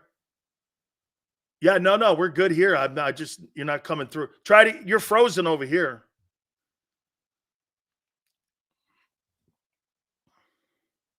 So here, let's go here. Let's go and take a look. We're going to do that, what we're going to do here with Tone. Let's see if we can bring Tone back up here in a couple minutes, and hopefully we can maybe get him up here and see if we can. There he is. We're going to do this here and see if we can bring him back here. There you go. All right. You got me now? You bet. Crystal clear. Right, let's do it. Hey, man, before we get going, Jason Peters or Jason Kelsey, who's been the best O-lineman in the last 15 years in Philly? I'm going to go with Jason Kelsey. And the reason I say that, is for this reason alone, because I don't think it's a talent conversation. I think it's a longevity and Iron Man conversation. Who's been the most available? It's just as simple as that. You know, we can debate their accolades. Jason Peters, as a matter of fact, let's pull it up to make sure we give him his. He's a 9-time Pro Bowler. Because Jason Peters is a legend in this game. I want to make sure. Oh, he's going to Canton. So Jason Peters, okay, hear me out on this, and also Jason Peters. Remind people, I think he's a free agent right now, or he's still with Seattle. I'm not sure. Yeah, he was in Seattle. He's 42. Right, you're right. 42 doing it, right? Tone, do you know what a GOAT that is? When people are begging you in your 40s to come play offensive line for you, that phone call stops coming at 31, not 42. Well, for him, it might stop calling at 51 at this point. No, dude, those are GOAT calls. Hey, please, what does it need? I'd love to have you come play. I don't know, man. I don't know. I'll give you $3 million. Can you imagine that? Okay. Right. That's what he did. He's that good, though. That's the thing. He's that good. Right. I think from a pure talent perspective, Jason Peters all day. Pure talent. But when I factor in the consistency in terms of health, and the always being position, always being available, the importance of being the center. I gotta go with Jason Kelce. Also, I think Jason Kelce aged better. That's something I think that doesn't get talked about enough. I think Kelce aged a lot better than Peters has. How about this? But yeah, I'm still rolling with Kelce. Get this: there's less guys in the Pro Football Hall of Fame, which means this: he's a great left tackle. He surely is. He'll go down as one of the top 20 that's ever played. Kelce's in a room of 10. Exactly. He's a bigger fish in a smaller pond. And it means a lot. It goes a long way. Sure does. So yeah. It just goes to show you, because a lot of centers come in and out of this league, and it shows you that it's hard to stand out at that position. It shows you. And I'm rolling with Kelce, to answer your initial question. Health is so important to me in this game, and Jason Kelce has just been so consistent in terms of health. And also, what makes it even more special about both of these players weren't drafted high. As a matter of fact, Jason Peters wasn't drafted at all. That's insane, unbelievable. Get this: Larry Allen's a 12th round draft choice, and Jason Peters wasn't drafted, and they're arguably two of the best left tackles to ever play. That's unbelievable misses by people in the evaluation, and how hard it is to develop that position, that those two men are that great. We're not talking about good tackles. We're talking about legendary tackles. Right. And, remind you, Peters came into the league at 22, but he was a former tight end in college. He didn't catch on as a tight end, so he put on weight, became a tackle, and his career started in Buffalo, and then he transitioned to Philly in 2009, and pretty much rode out with us until about 2020. And he's gonna go down as an Eagles Hall of Famer. His numbers are gonna get retired. All those things. He's arguably he is the best. He's the best left tackle we've ever had. The best left tackle we've ever had. Kelce's the best center. Lane, the best right tackle. As far as the O-line, the 21st century has been kind to the Philadelphia Eagles. Man, that's incredible that at one time those three men played on the same line together. Mm-hmm. Listen, we had Trey Thomas and Todd Harrimans, John Runyon, dear friend, and I think he's a great one. Like, we've had some legit guys on this offensive line. Shit, I even like that kid Wisniewski. He wasn't superstar, but I liked him. Wisniewski doesn't get enough credit. He came in when who went down? Jason Peters went down at left tackle, and Big V had to come in fill in. Halanotti Vaitai, he had to fill in for him, and Steve Wisniewski filled in for, I want to say, the left guard spot. He was our left guard, Steve Wisniewski. So that left side, people don't talk about it enough. That left side was kind of makeshift, because Peters went down. I think somebody else got hurt too. and Wisniewski was the starting left guard. Seumalo was the backup at that time. And then Seumalo became the starter the following season. That right side was solidified, right? Brandon Brooks at right guard, right tackle, Lane Johnson, Kelsey at center. Our offensive line, I'm willing to put up the Philadelphia Eagles all-time offensive line against anybody's. Was that kid's name Watson or what was the kid who got hurt for the Eagles? Watkins, Watson, Wilson? On the O-line? Yeah, I forget who he took over for. Because I remember that. By the way, that Wisniewski family name is legendary at Penn State. I heard about that. His name, like Leo and Steve and Stefan. Didn't he have a family member that was in the league too? For Paterno.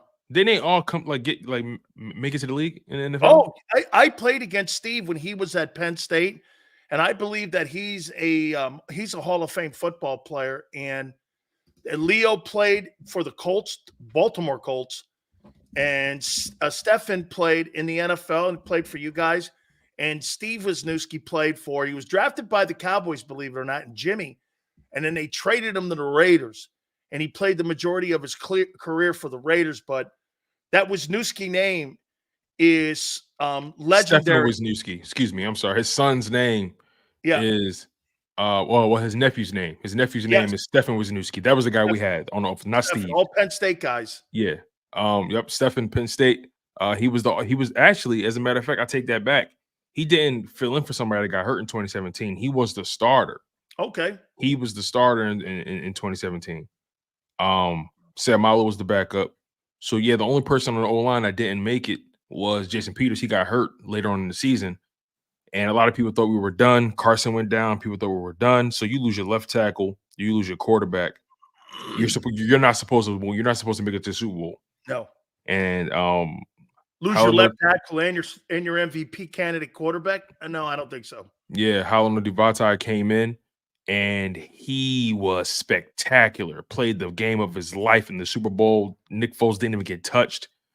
And that earned him a huge contract with the Detroit Lions, and he's still there right now collecting a check.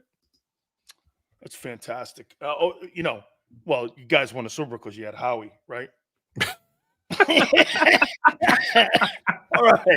All right. Oh, man. Let me go back to when I started the show. Tone, you had a chance. Not you, but so I listened to the press conferences yesterday with Jalen and with Nick. And I was listening, and there was a small little thing in there. You don't know what you don't know. You don't know what you know. You don't know what you know. You're going to kill me with that. He's wrong. Hang on. Go with me here. You don't know what you know, what you know, what you don't know. No. I was like, now look, I must be too old because I don't know what the fuck he's talking about. You never heard that saying before? You don't know what you don't know? But I've heard it, but I have never known what it means. But you don't know what you know, what you know, what you know. I know you don't know, but I know. And I'm like, okay, to me, it sounds like a really freaky way of not answering a question. And I'm glad. Well, why wouldn't you endorse your coach? Dude, you're not asking somebody. I'm so glad we're here. Falling on a toothpick. I'm glad we're here. Wait, so here, get it. So AJ, we improvised. Me and Hurts improvised the play. Then I get, you don't know what you know, what you know. And I'm like, hang on here now. I'm not. And you see, you got to remember, Tone, I want to set the table for you on this before you answer this. Right. There's a depth chart. When you walk into your locker room every day, it's got your name listed here. And especially in training camp, you see it. And let me tell you what players do. When you're sitting in a team meeting room, this is how freaky we are. This is how we read everything. That's why the scrubbing of the Instagram and all that, it matters a little bit, and I'll tell you why. Yeah. So our coaches would always do this. Jerome Stubbs, Hawkins, Derwin, Sileo. Damn, I'm fourth. You got to go out and play harder. A couple weeks go by. Jerome Stubbs, Hawkins, Sileo. Okay, moved up. couple of, you look at the depth chart, you see yourself go up. All right. Then all of a sudden you're playing really well. Jerome, Sileo, Stubbs, and you're like, well, I ain't going to get ahead of the other guy. Right. So I'm pretty good where I'm at right there, right? I'm good right there. Couple times I heard the name first, not very many, but my coach and all coaches, insight in mind, and all those little things that the players see and all those little things that they hear, who they talk about, who they mention first, who they bring up. Hey, look, when we're throwing that route out there, AJ, see, Devontae's probably sitting there going, well, I'm the number 2 guy right now. So they're going to design plays to get him open first, and I'll be the second option. I'll be the Robin here until my time comes. That's how all of that goes into place here. Right. So everything you hear in the locker room matters to players. It just matters. Mm-hmm. So when you hear AJ go, hey, yeah, me and Hurts improvised. Then I hear Hurts going to him, you don't know what you don't know, and then this and that. And I go, man, he had every opportunity to validate what AJ Brown said, and he wouldn't go there. He wouldn't publicly endorse Nick. Right. I think he has a problem with Nick. And I think there's something happened after that Buffalo game, or maybe after the Niner game in that locker room, that Jalen Hurts has lost confidence in Nick, not as a human, but as his head coach. Yeah. And everyone in that locker room sees it. And that's why when you saw that New York game, they didn't want to play the game before the game even started. It just seems that, why didn't he fall on a toothpick for him? I've been talking about this over the past couple of weeks. You know, you haven't really seen too many people go out on a limb for Nick Sirianni. They've been towing the line. The only person we've seen go above and beyond and praise Nick Sirianni in some fashion was AJ Brown in that press conference. You know, talking about how loyal he is and how he takes up for the players and all that kind of stuff.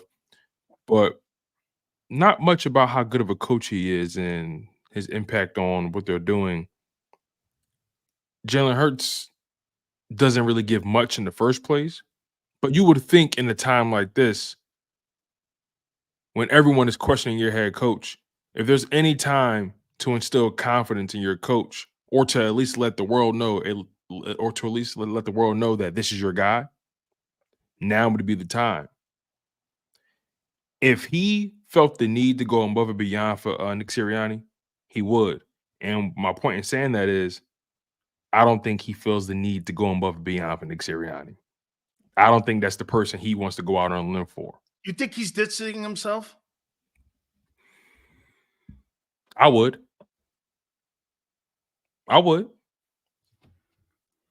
Okay, if I'm a quarterback under Nick Sirianni's leadership, how couldn't I begin to distance myself? You know, he makes AJ look like a liar now. Sirianni or Hurts? Hurts makes AJ look like a liar. And he never said it. You don't know what you don't know what you know. That's not an answer. That's not his answer. And remember, I'm sure AJ Brown and Sirianni had this conversation. So why couldn't you answer your buddy? He was asked a question about the Seattle play. Right. That was brought up by AJ. He left AJ out because to me, you could also interpret it. AJ made that up to cover for his coach. Now, you got to think of this one too. Now at that point, both of them lying. So somebody lying and somebody telling the truth. Yo, wait a minute now. AJ could really like Nick and management because why? They did give him the bag. Mm-hmm. And so maybe Jalen Hurts went like this. That ain't what happened, and I'm not endorsing that. Well, here's the thing. Someone's lying. Two people endorsed it, though. But remember, the timeline matters. Nick came out first, and remember, he came up with that whole, we tried to get the pass interference, all that BS, right? Then AJ came out afterwards and said, look, I don't know why Nick said that. What really happened was we improvised. You know, he always tries to take up for us. You know, we got to play better. So, boom. At that point, AJ Brown says that we improvised. Following that, Nick Sirianni was then asked to confirm what AJ said. Remember, Nick Sirianni had another press conference after that, and he said, "Yeah, I give Jalen and those guys a lot of autonomy at the line of scrimmage." Remember, you brought it up earlier that they said that they give Jalen Hurts a lot of autonomy at the line of scrimmage, and then you question saying, "Well, I don't see that." I don't. When I watch the games, I don't see it. Right. So then now, because Sirianni confirmed it, AJ Brown confirmed it already. What else needs to be said after that? From Hurts, at least. That it was true. But Sirianni said it was true. AJ said it was true. That's two people. But Hurts didn't. Hurts never said that Seattle play was true. He never says anything is true or false. Oh, dude, it's the littlest thing on the planet. It's a toothpick. But you again, this. Yeah, but you said it yourself. But you said all it he yourself. had to say was this. Yeah, that's kind of what happened. They would have moved on. But Instead, that goes. you don't know what you know. You don't know what. And I'm going. But what does that do? That's not an answer. That's a lawyer's answer. That goes against your philosophy of you don't have to give them anything. Wait a second here. Why this whole Broadway play then? Who's lie by Nick? The cover by AJ, is it true or not? Jalen going at the end, closing up the shop and keeping it even more open. You don't know what you don't know. And I'm going, this thing is like children in a sandbox. What we're experiencing Where's right now. Leadership in this. Why? This play didn't exist. We're debating a play that never existed, I think. What do you think happened? I'm a little. Hey, be honest. What do you think happened? Do you think they improvised, or do you think AJ is? I think AJ is telling the truth, and I think that Jalen Hurts does not want to endorse Nick Sirianni as his head coach, and that's the root of it. He's the worst head coach he's ever had. Probably so, and that's well. Look at the list of the names. You're right. No, I feel you. And that's the real conversation, right? Why hasn't he spoken about the play, but why hasn't he gone out and defended his coach? That's the real conversation. Because we're getting somewhere, Sills. Has he ever? You've never really seen Jalen, in my opinion, based on what I've read and seen, I've never really seen Jalen go above and beyond to endorse Sirianni. I've heard him endorse Steichen plenty of times last year. He's to talk about. He said, "Yeah, me and Sean, or Shane. He always called him Shane. Me and Shane. It was always Shane. Never Steichen. Just always Shane." I wonder what that game was. That you went like this and you said something that was back then didn't make sense, but now you kind of put this in the jigsaw puzzle.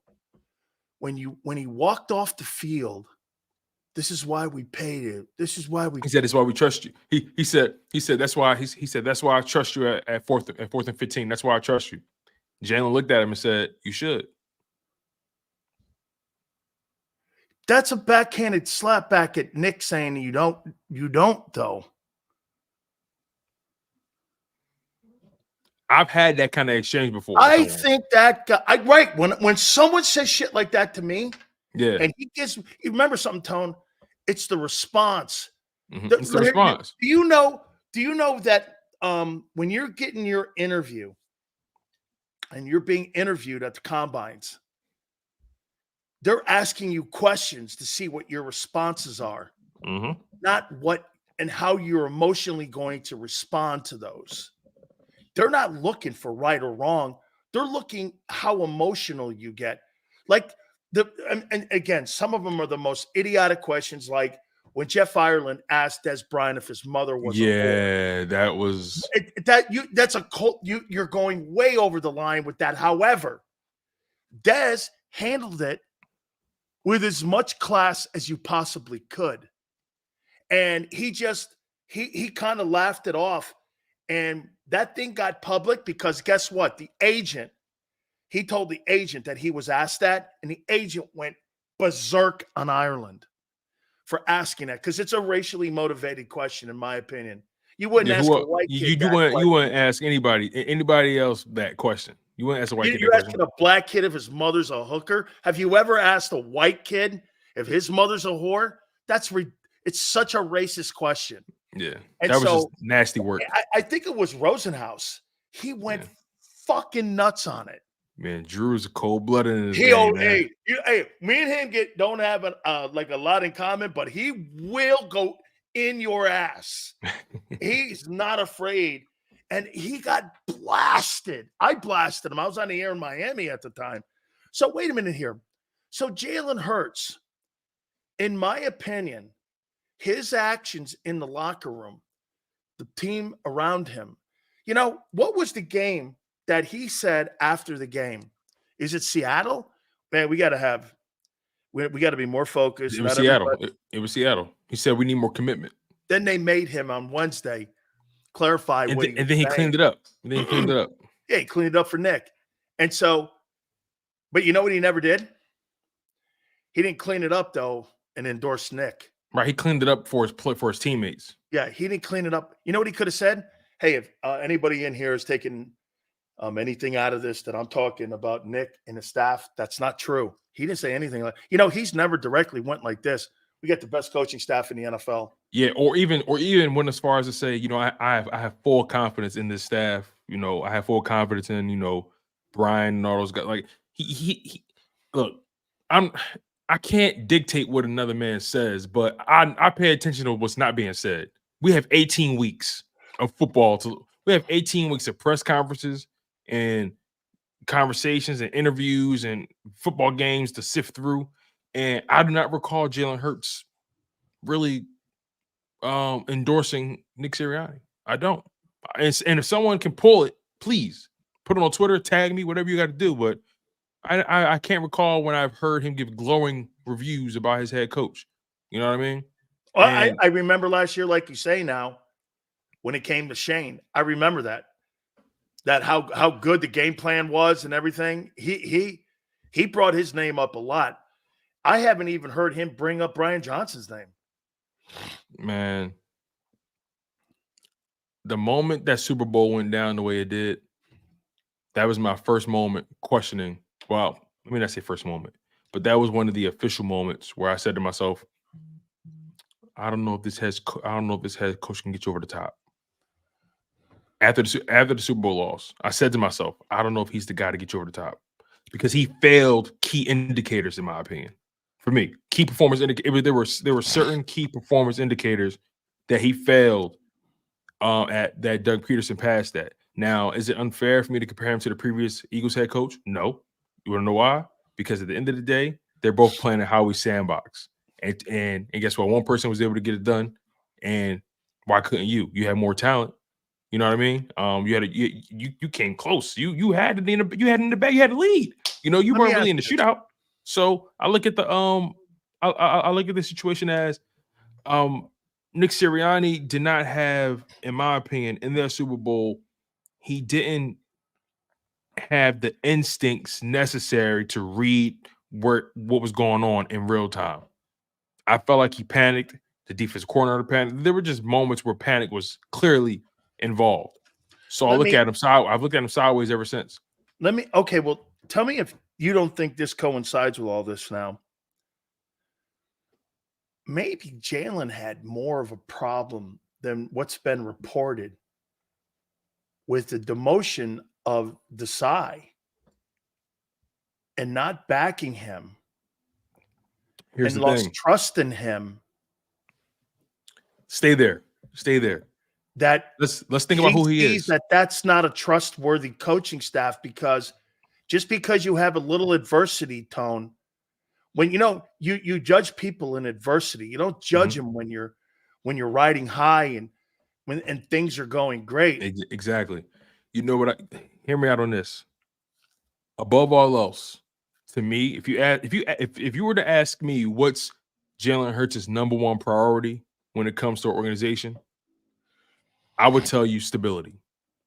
The reason I say that is because one thing that he's always brought up throughout his career is how he hasn't had the same offensive coordinator 2 years in a row since high school. He finally got that with Shane Steichen back-to-back years, and we saw the performance that he provided. He gets a new coordinator this year. Okay, we're still seeing the residual growth from 2022 and 2023, but now we're seeing some setbacks, turnovers. So when you, like you said, demote a guy like Sean Desai, not his side of the ball, but still a coach in the building, a main coach at that, when you demote him in such a way that you've done, and you're seeing how things are playing out thus far, it appears as a panic move, and the timing of it.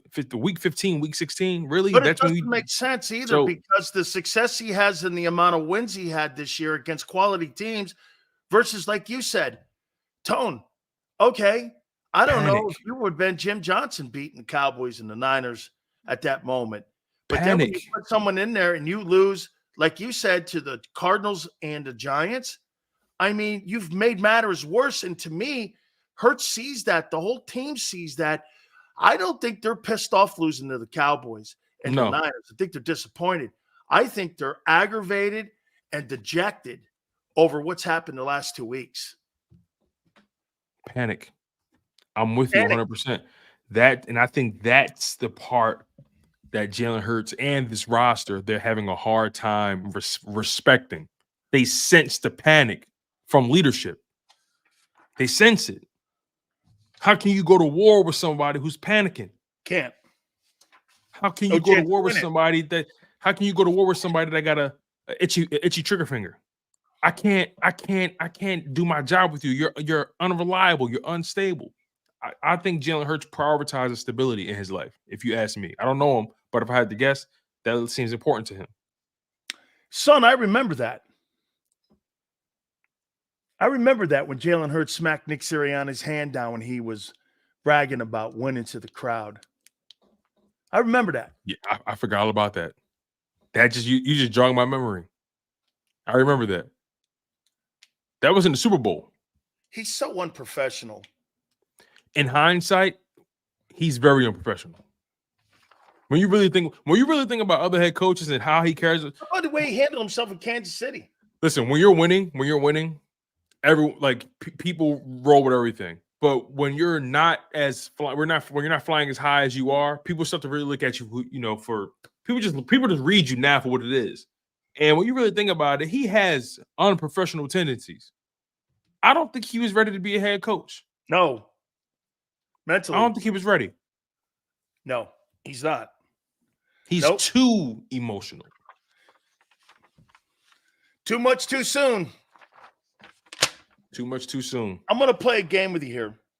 All right, let's do it. We got some time. Let's have some fun. Replace, stay, address, depth. And I'll explain as we go on here. Mm-hmm.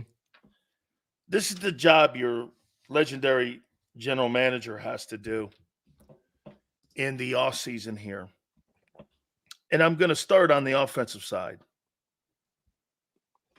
Jalen Hurts. And I'm going to not go coaching first. I'm just going to go personnel. Not touching anything with him. I would like to have a veteran quarterback behind him. Yes. That would help him. I believe in talk to on the sidelines, like JAKIB said. I believe in that. I believe in having a veteran quarterback behind my a legit veteran. Not even some guy a like veteran backup quarterback that knows the role, that's been in the league a long time. Mm-hmm. Swift, you're going to have to replace. Get that in your minds, Eagle fans. He's out. Yep. Do you go into draft, free agency, or trade? For the running back? Yeah. I'll draft one. I'll draft the running back. You better be a good blocking back. He better know how to pick up blitzes. To me, I would want a veteran back that knew how to pick up blitzing. What's the running back market right now? What? I don't want a 1,500-yard back, Tone. I want a guy who can protect and pass protect. A lot of these young guys in the league, they may not be the first or second or third rounders, but there are some good running backs. The guy in Los Angeles with the Rams, he wasn't a one, was he? No, but I also found out, by the way, he's not even a rookie this year. He's a second-year player. I found out. Oh, okay. Yeah. As a matter of fact, I think Jason Cole said that yesterday. But yeah, I would draft the guy. But again, you evaluate him, right? Can he pass block? Period. Can he block? And then you go from there because they clearly don't want to they clearly don't want to spend the money at the position. And now that begs the question: what does the running back free agent market look like right now? Because I'm not trading for one. That's definitely I'm not giving up assets just to get a running back. I'm not doing that. No, and So the number one thing, I want a pass protecting running back that could be effective for me. He doesn't have to be a superstar. right, But to me, what hurt me more this year, hey, Swiss numbers were good, but the fact that no one could pass pro back there killed them in turnovers and hurt him in hits, in sacks, which rushed the pass, which rushed the passing game. They were piss poor in pass protection, and the O-line took it in the ass because of the running back room. They got to do a better job here. yeah, The wide I'm looking receivers. I'm looking at the running back market right now, the free agent market that's coming up. I'm seeing Derrick Henry, Josh Jacobs, Tony Pollard, Saquon Barkley, Austin Eckler, Cordell Patterson, Gus Edwards, Ezekiel Elliott, Devin Singletary, Clyde Edwards-Helaire, Swift, Deontay Foreman, Boston Scott, Damian Harris. Oh, I would like Damian Harris in Philly. I would like that. I would like I'm Damian going in the Harris. draft, like you said. See, told you. Yeah, Told you. I don't want any of them guys. I don't want none of them. So, I'm good with AJ and Devontae. mhm. The third wide receiver, I'm drafting. And again, wait a minute. No. I was actually going to go veteran there. Yeah, let's go veteran because he sucks at wide receiver. So let's get a veteran there. But I don't want an old man. No, not an old man. Somebody who's flirting with their 30s, but they're not 30 yet. I'd love that Hunter Renfrow in that spot. He would be fun in that offense. He would work perfectly, actually. So right now, the free agent wide receivers this offseason are Mike Evans, Odell Beckham Jr., Curtis Samuel, Tyler Boyd. I would love Tyler Boyd in Philly. How about Adam Thielen? Is he in there? No, Okay. I don't see him. He's in Carolina, I think. Yeah, I think they gave him a 2-year deal or something They like did. that. You know who I like?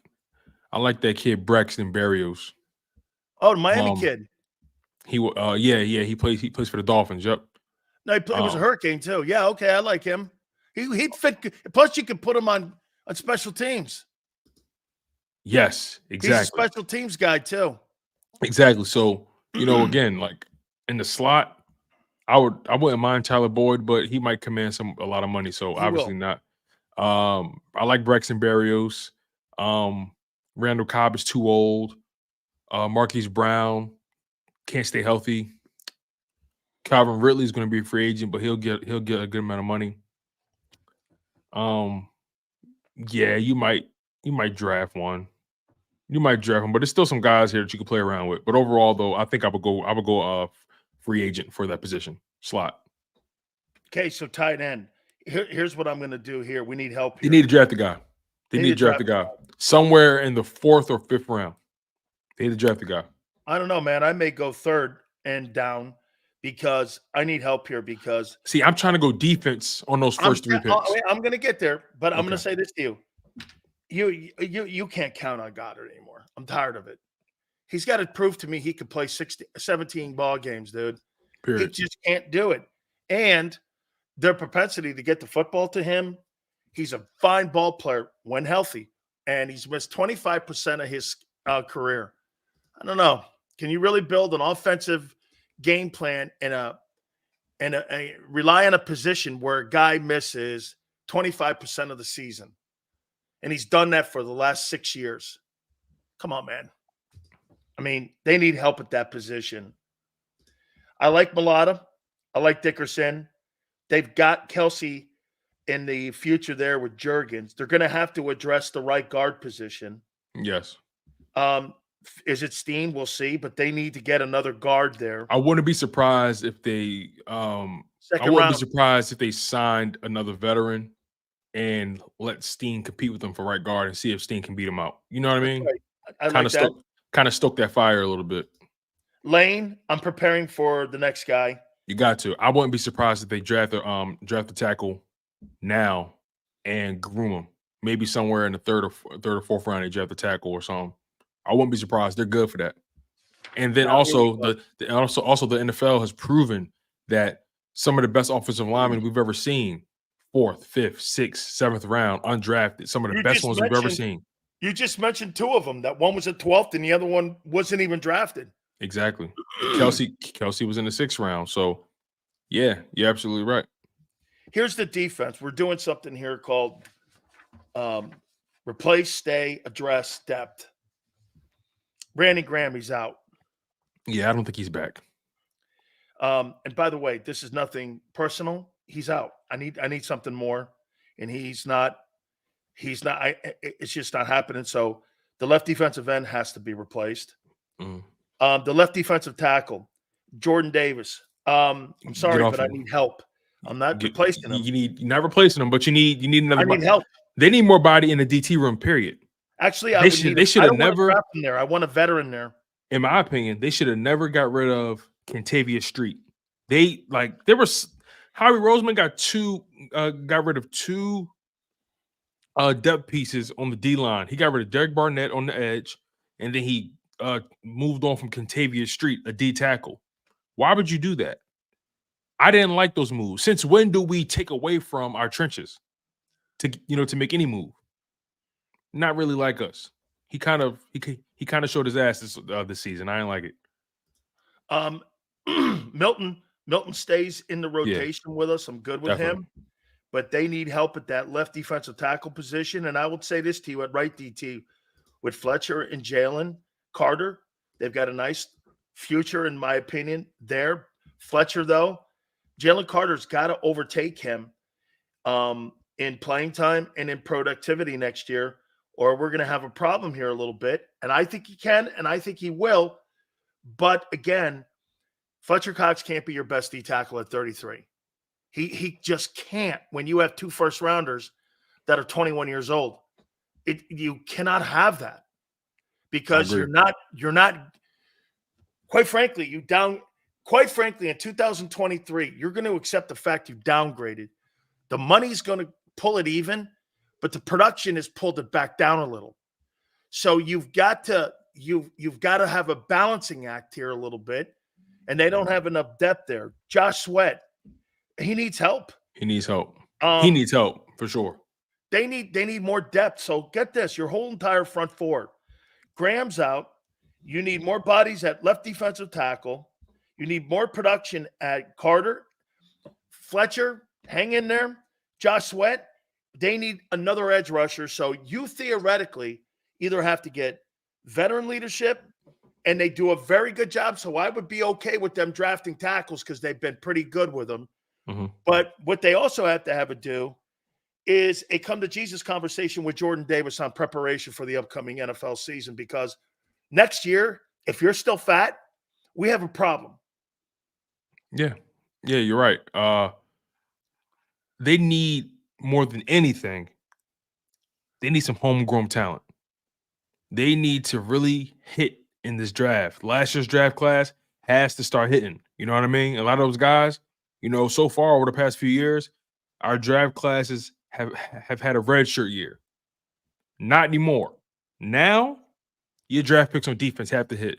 Whoever you draft in the first, second, or third rounds, they had to be active. Those guys have to be contributors. Either they're competing for a rotational role, whatever it may be. Those guys have to contribute. This defense is going to need a complete overhaul from top to bottom. The Will linebacker and the Mike linebacker, Zach Cunningham and Shaq Leonard, have to be replaced. You not only need starters, but you also need depth. And you have shown a propensity not to be able to do it in the draft. So you have to spend money here if you're going to be productive here, because either that, getting lucky with TJ and finding him and signing him. Rare. It's a rare feat. You know what? Get this. You had a linebacker that you theoretically turned into a 3rd-round pick that was undrafted. and you let him go for nothing for $1.5 million. He was making $1.5 million. So right now, And then when he came back and went like this, you see, this is what happened with the Eagles in the offseason. They went like this. I don't think there's going to be a big market for him. Came back and there was a $6.5 million offer on the table from Chicago. Blew their doors off. You know what they did? They didn't estimate the market right on him. Yeah. They got the car sold right out from under them on their own lot. The current free agent market for the inside linebacker, for the Mike, as of right now, who's going to be a free agent in 2024, you have Devin White, Josie Jewell, who played for Denver, Bobby Wagner, Jordan Hicks, Levante David. All big money guys. Devin Bush, Patrick Queen, All Denzel Perriman, Oren Burks, Tyler Matakovich out of Buffalo, Terrell Dotson, Buffalo. Buffalo has a lot of players coming up right now at linebacker. They have, who else? Zach Cunningham's going to be a free agent. Ezekiel Turner out of Arizona, Neville Hewitt, Houston, Shaquille Leonard, Willie Gay Jr., KC. I wouldn't mind if the Eagles went after Willie Gay Jr. Young guy. Depends how pricey he is. But nonetheless, Blake Martinez out of Pittsburgh, Gerard Davis, New York Giants, Jacob Phillips, Dylan Cole. It's a lot of names. A lot of them are big money guys. And a lot of these guys that are big money are 29 and up. Devin White is probably one of the most sought after guys on this list. Easily. They're not going to pay him. They're not going to pay him $20 million. No, Reddick, I'm good. Nolan Smith. Either show me this coming year or I'm going to draft a guy in the 3rd round or 4th round to push your ass because you did nothing for me this year. This is what I'm going to do with Bradbury. I'm going to go to Bradbury in the offseason, and I'm going to go, this whole year was catastrophic for all of us, especially for you. So what I'm going to do is this. I want to restructure your contract. I'll give you more money up front. I want to lower the cap hit. And if you don't restructure it, we're going to take the cap hit and we're going to fire you. Flat out. Simple as that. I ain't got nothing better to say than that. Take the restructure or carry your bags out. Right, because this is what I'll do right here with you right now. If you restructure the contract, it'll give us a chance. And, hey, you come back, we have another year, we'll have another conversation here, man. It's all good. But what I want to do, and plus, it's not that I'm not paying you. I want to give you some money up front here, but I got to lower that cap because your cap hit right now.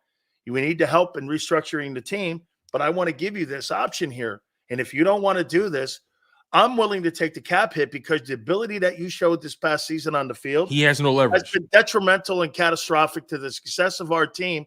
And quite frankly, know this. You will not get the money in the restructure that I'm willing to pay you on the open market. You will not. That season you just had. Use the shitty season against him by doing this. You think you're getting $9 million a year in the open market for the season that you just put together for $14 million with 1 interception? You think you're getting $9 million? No one will give that to you, son. You'll be lucky to get that. I'm going to eat the thing. Or I'll tell you what, I'll give you 9, restructure to 14.5, and we can go from there and we give you the money up front and we'll go from there on that. Because if not that, you're out. Pleasure doing business with you. Use this shitty season against him. You have to, because there's no way you can justify paying them what you're already paying them. You got to restructure it, or you take the cap hit and move on from him. You can't afford to keep a guy like that around at that price tag, and he produced the way he did, or like thereof. Take that. He has no leverage, like you said. The biggest point you made is that you will not see that money on the open market. You will not. And I figured out how to get out from it. And that's how you get out from it. Now, we don't get paid to do that, though. I would hope Howie Roseman, as shrewd as he is, he would know what to say in that moment.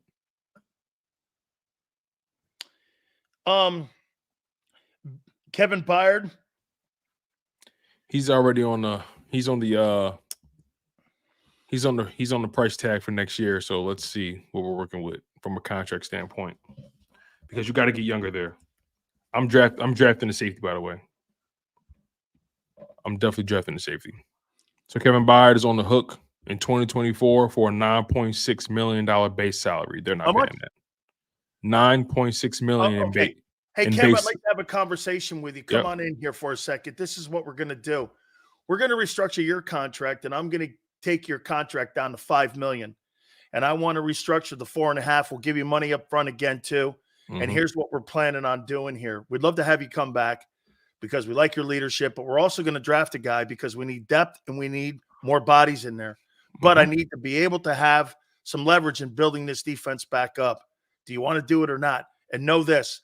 If you think you're getting $9 million, if you go out on the open market right now, on the shitty season that you just put up being on the 31st worst offense or defensive pass coverage defense, and you think you're part of the problem too, but we want you.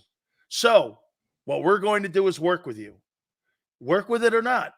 I would be as an asshole as you could possibly be because this is a sense of urgency time here, Tone. Listen to this. This. Not a time where you're sitting there having feelings hurt. And I would sit there and go like this to him. It's up to you, son. You're never going to get that money in the open market. And here's the thing, too, right? Kevin Byard really doesn't have any leverage in 2024 because after all that you said, his dead cap hit is $711,000. They will cut him if they want to. His dead cap hit is nothing. His dead cap hit is less than Brock Purdy's salary. So they can afford to they can afford, and guess what? His actual cap hit, if they keep him, $14.2 million. And his dead cap hit is less than Brock Purdy's salary. So if he wants to stay here, he'll play ball, or they'll just cut him and take the cap hit. It's less than $1 million. You know what I'm going to do with your roster spot? I'm going to sign a backup punter. Okay, a backup punter. Because a backup punter is going to be the same money that you're going to have if I have to cut you. And I'm going to be a dick like this here. This Reed Blankenship thing here. He needs help. Yeah. And I mean by help, I mean,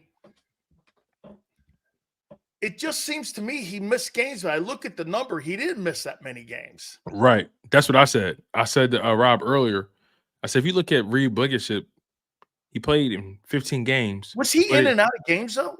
Yeah. Yeah. Because by the stat sheet, he only missed 2. But it felt like he missed more than that. But like you just said, there were games where he was kind of in and out.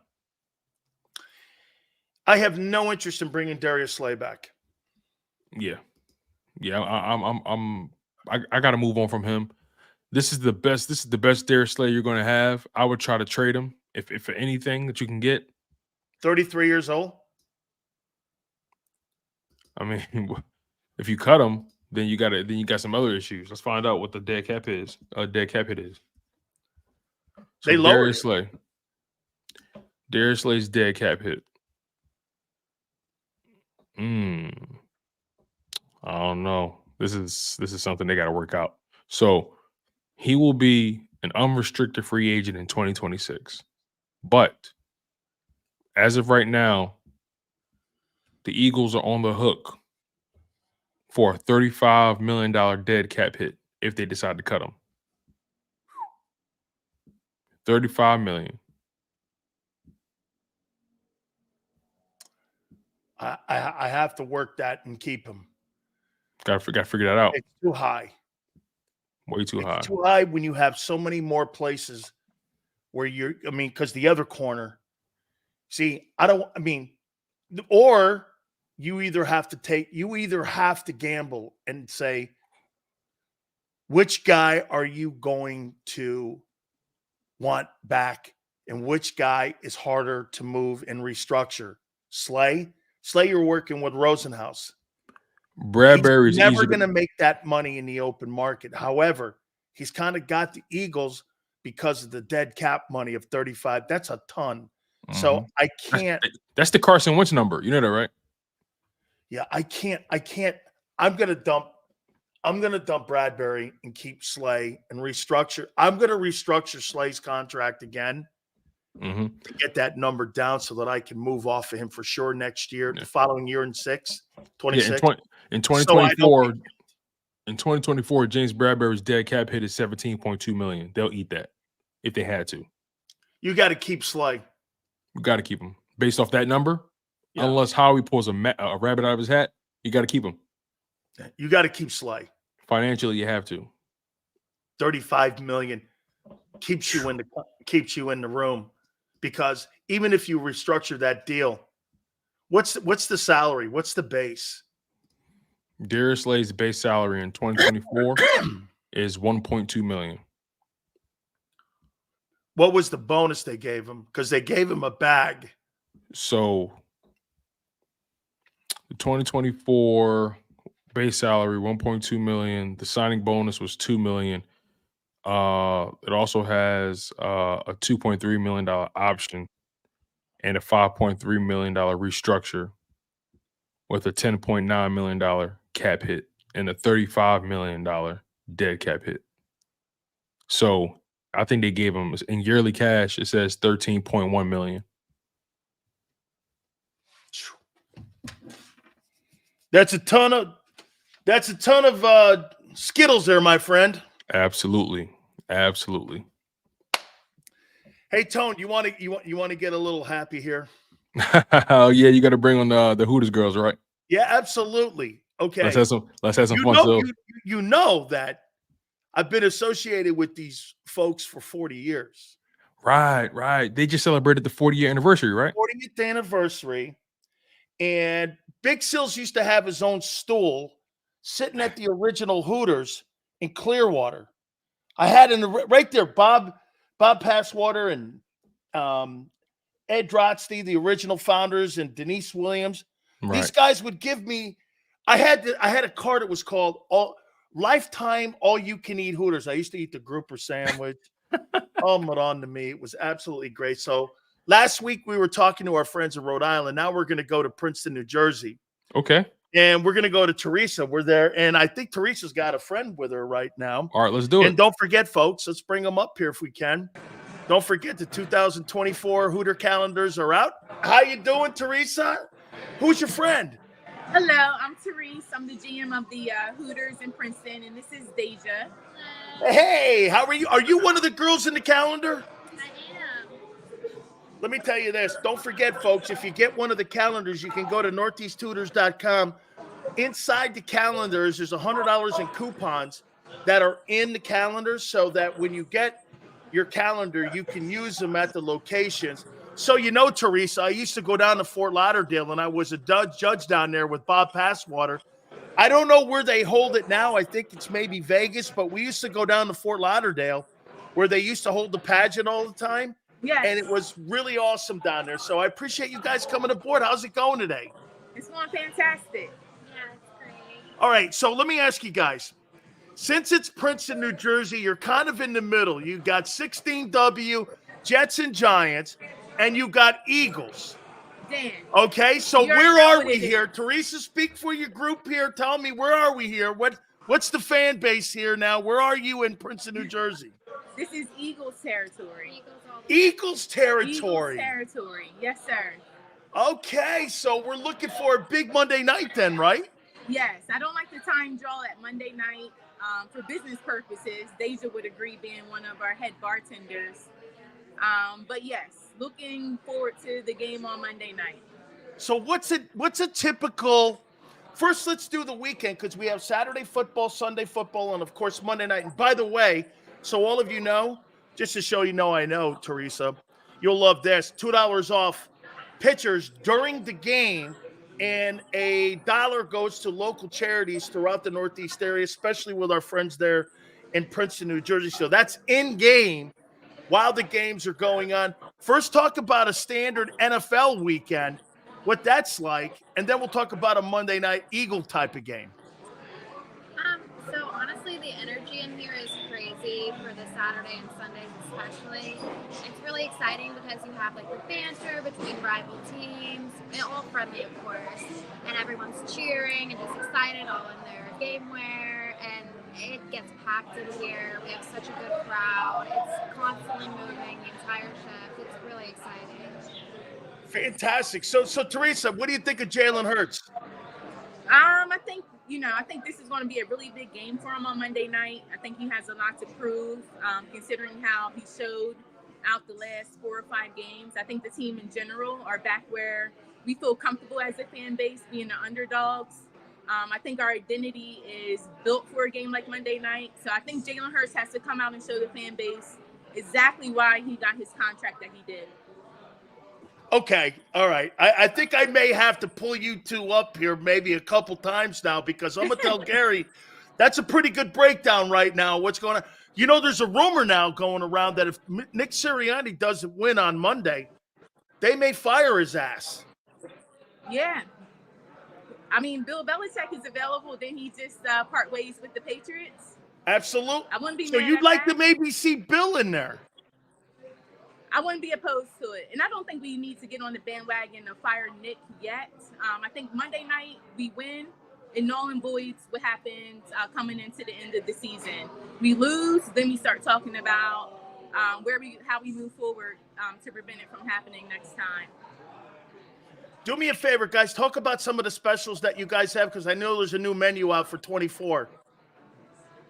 So each day of the week we have a different special. On Mondays we have Military Monday, so our active military and veterans get 20% off. Then Tuesdays is 2 for Tuesday, so with the purchase of any style of wings you get a free order of boneless wings with those. And then Wednesdays are fun because we actually have 2 specials. We have boneless wings with fries for $9.99, and then also all you can eat wings and curly fries for $19.83. Thursdays, you can get a burger with fries for $9.99. And then Fridays, it's a Philly cheesesteak with fries for $9.99. Saturdays, we have kids eat free and $1 off desserts. And then Sundays for football, you mentioned our $2 off pitchers, as well as seafood Sundays, half price.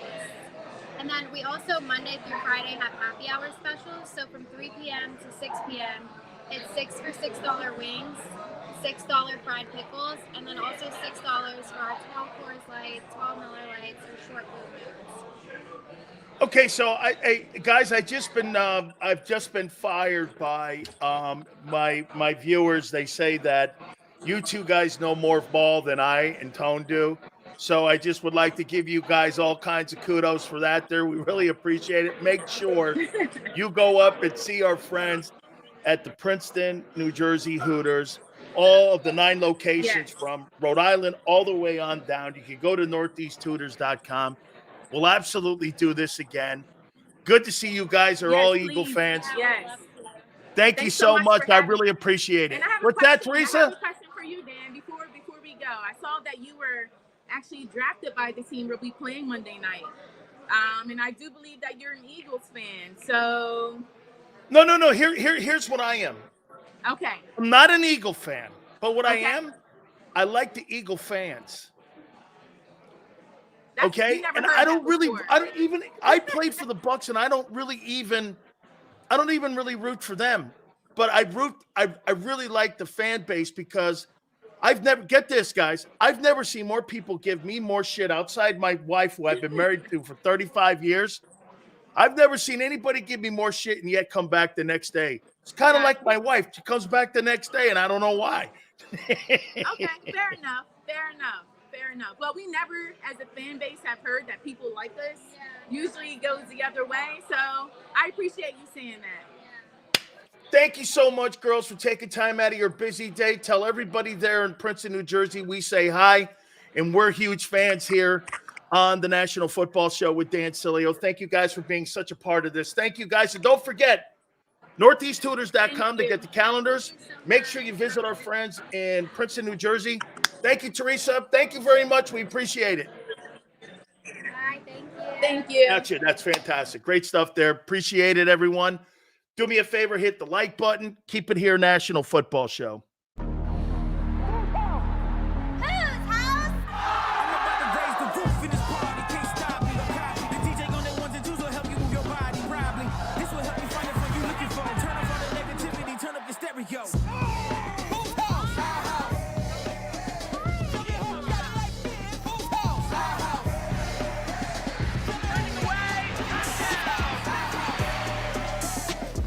football and Hooters, the perfect pair.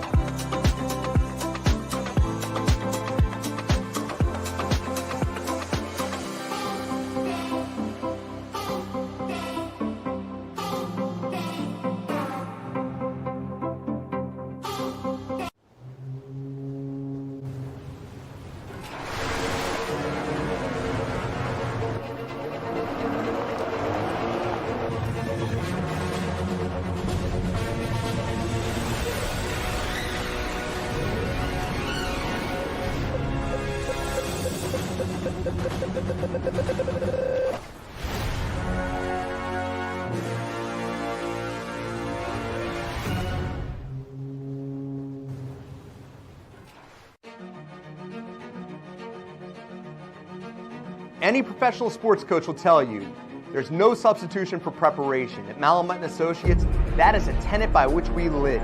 We prepare from day one for victory. Anything less is not acceptable.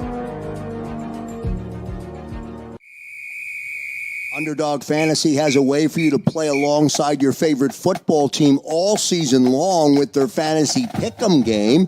You pick between 2 to 5 players, select whether they'll go higher or lower on one of their stats, then do what you usually do on a Sunday, watch the games.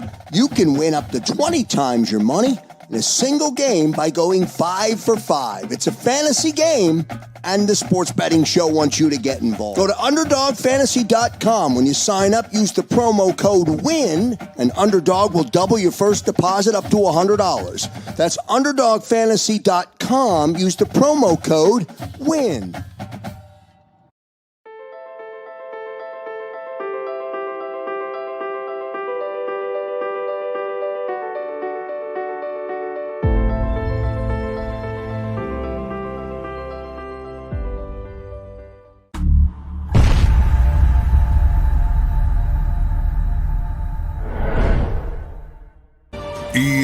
EAGLES, Eagles.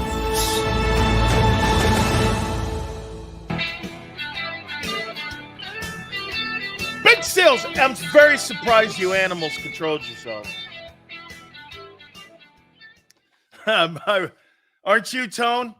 I'm very surprised that you animals controlled yourself.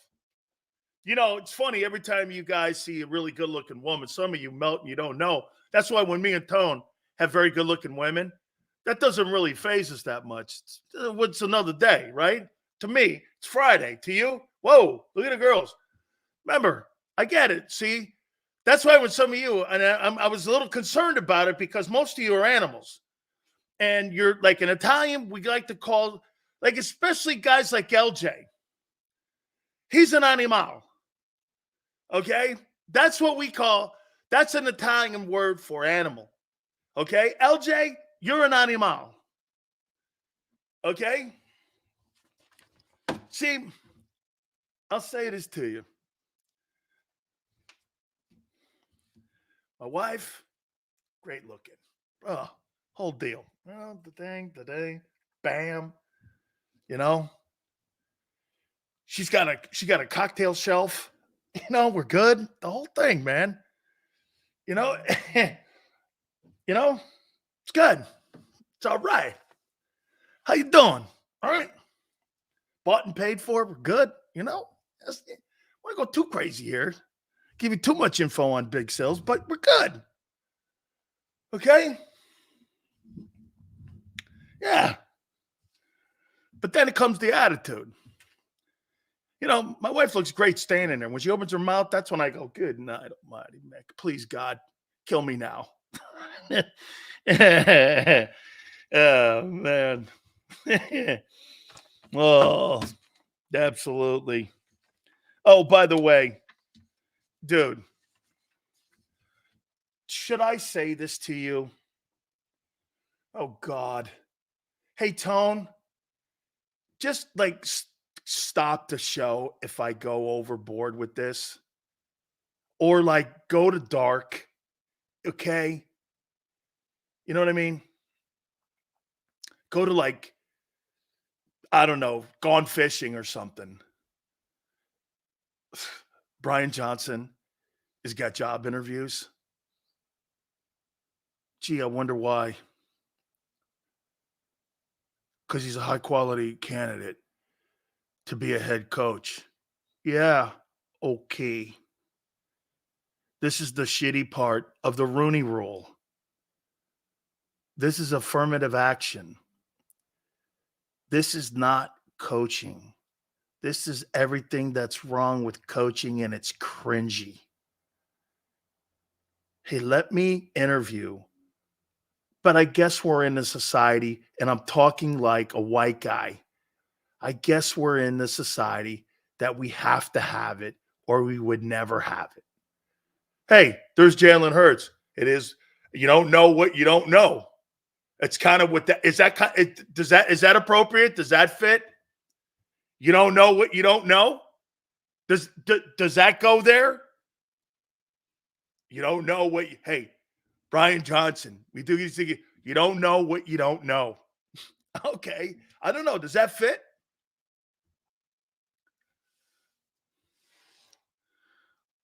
Offensive numbers are good. So are Kellen Moore's.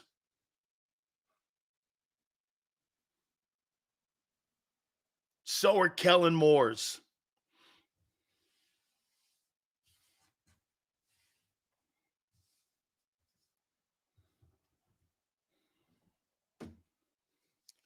Okay? You don't know what you don't know. That's a quote of the day of the week, or actually of the week. You don't know what you don't know. Hey, Jalen, that from now on, I want him to answer every time he's talking about Fredo Sirianni. So when he's talking about Fredo Sirianni, simply just put it this way. So what do you make of the game plan? You don't know what you don't know. What do you make of the play calling? You don't know what you don't know. Actually, I'm starting to like the response because it's very Belichickian. Feed him shit. Yeah. Okay. Matt goes, Sills, how many reps did you bench in the combines? Back then, underclassmen couldn't go to the combines. They tested us at the school. I did 55. I did 55 reps in college at 225. Hoss, I did 550. What'd you think I did? I was 21 years old, bench pressing 550 pounds, running a 4.8 at 295. How you doing? Show me that in today's draft.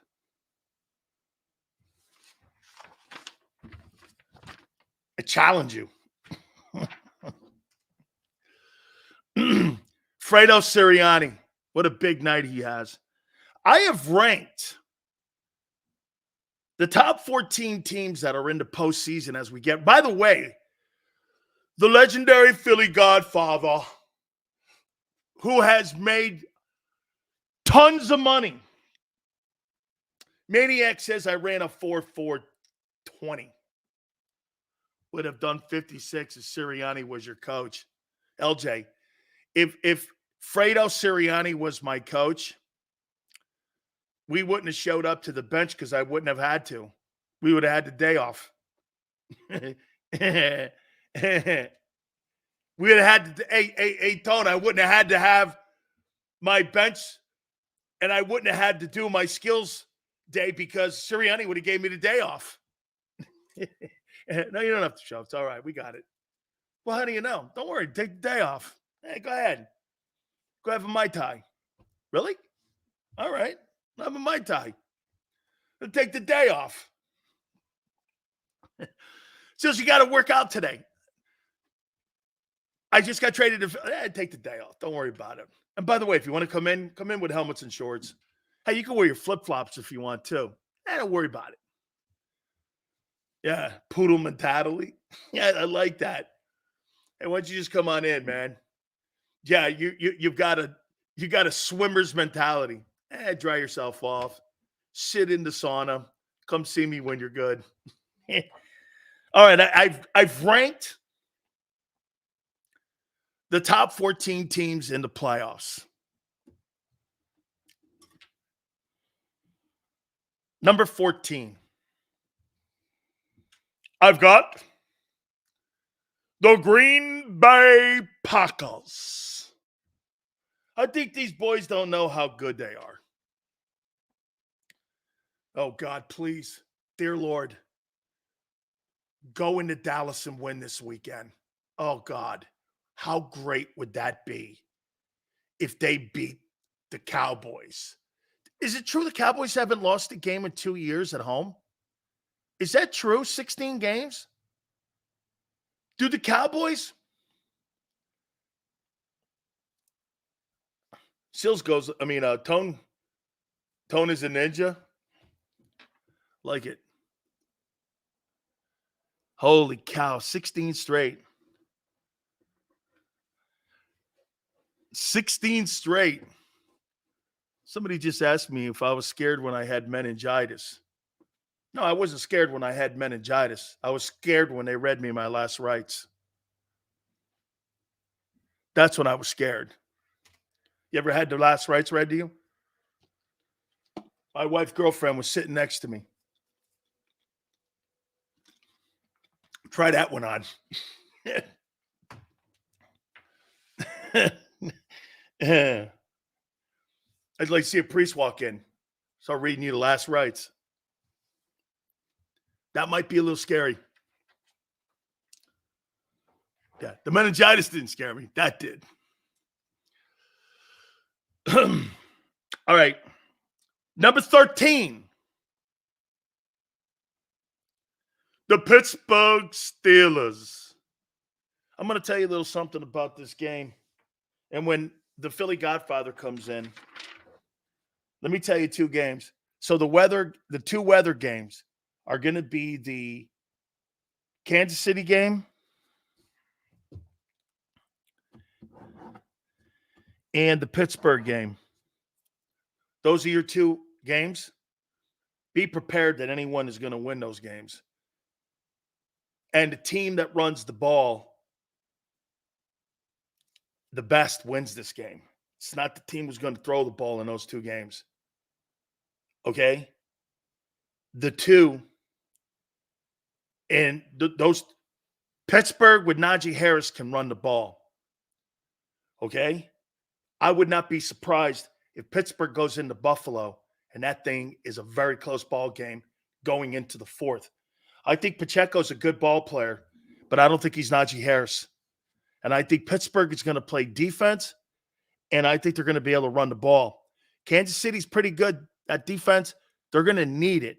But because of the weather, I think you're going to see an excess of over 40 carries between these four teams in this game, and turnovers are going to be the factor. And I don't know who wins these games.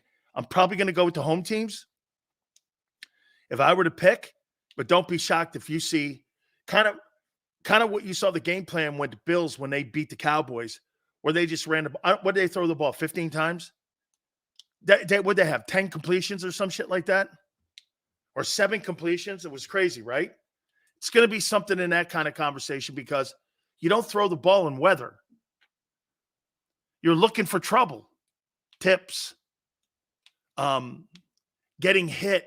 Remember something. You get when you throw a pass and a guy hits you and you don't, and that ball is against your frozen jersey. This is why you put as much stickum as you can. Not stickum, but what we used to put on wasn't really stickum.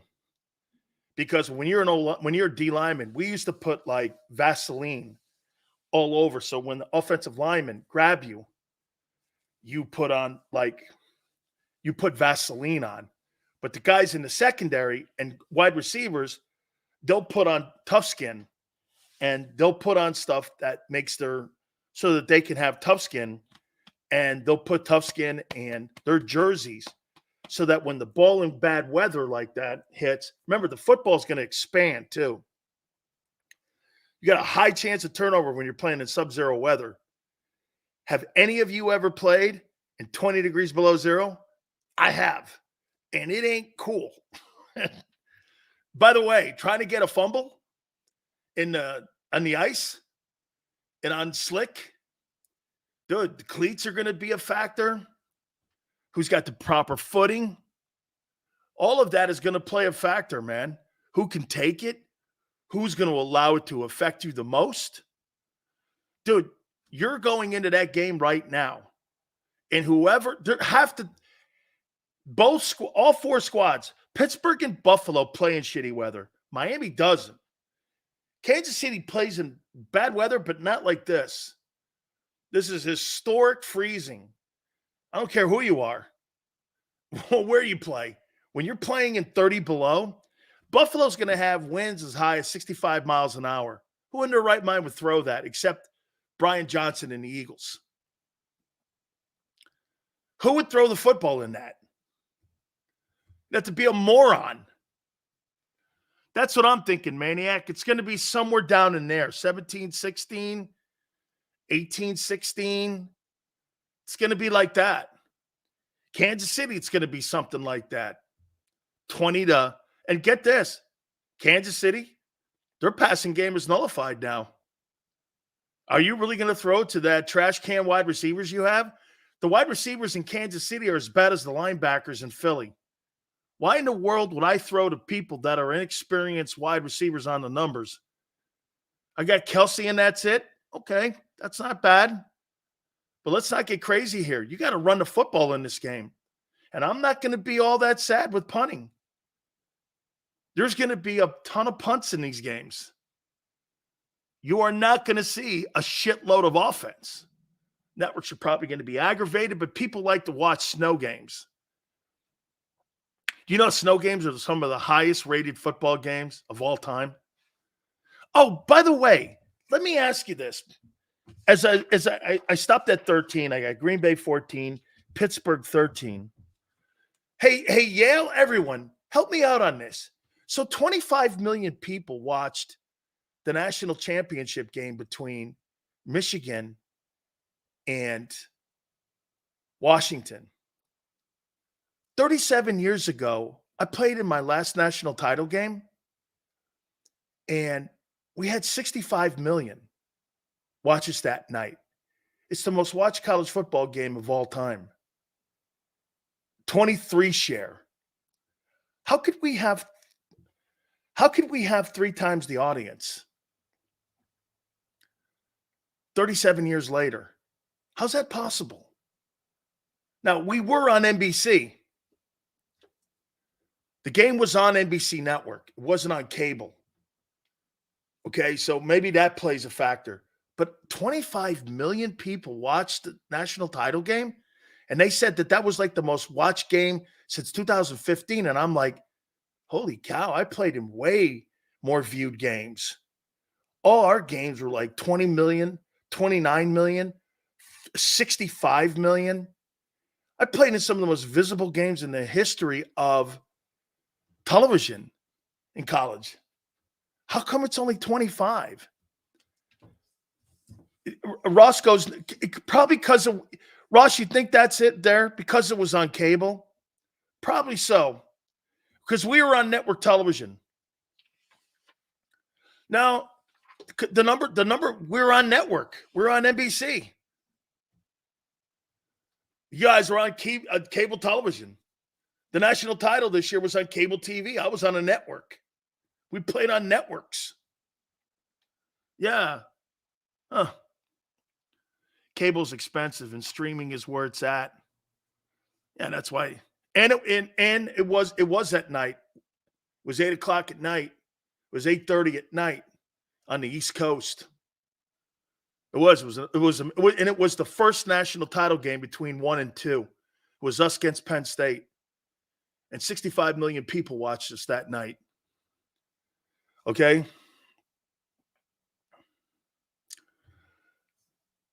Bro, said Sills, got to shave it. During the week, it was on January 2nd in 87. I don't know what that was. That's a good one there, Slagger. I don't remember what it was. Was it during the week? I think so. My birthday was the next day, January 3rd, believe it or not. Yeah, I flew back on my birthday. And Joe Paterno, I flew back with Joe Paterno, believe it or not. We flew back to the East Coast together. I love Joe Paterno. I know some of you hate him, but my relationship and my run-ins with him have been great. And my time talking with him has always been great. And he's always been publicly very supportive of me. And he's never said a bad word about me. And he's actually praised me. He said that Jerome and I were Millen and Clark 2.0. You guys probably don't even know who Bruce Clark and Matt Millen were. But they played at Penn State, and he told Jimmy these guys are, if not better than Millen and Clark. And so, it was a compliment. We took it as a compliment. We knew who they were back then. That's old stuff. Some of you guys don't even know who they are. But those guys, and Joe was really kind and even said I outplayed Jerome. So, he was really a great guy. So let me finish this up here. Ranking the playoff teams. Green Bay 14, Pittsburgh 13. I got Tampa Bay 12. I got Houston 11. I got Miami 10. I got the Rams 9.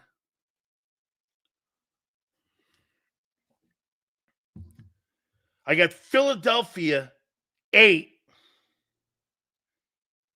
I don't know, man. I got the Cleveland Browns at 7. There's something about the Browns. They run the ball. They kill you on defense. And Flacco's good. I don't know what it's weird, but Cleveland, I got Detroit 6.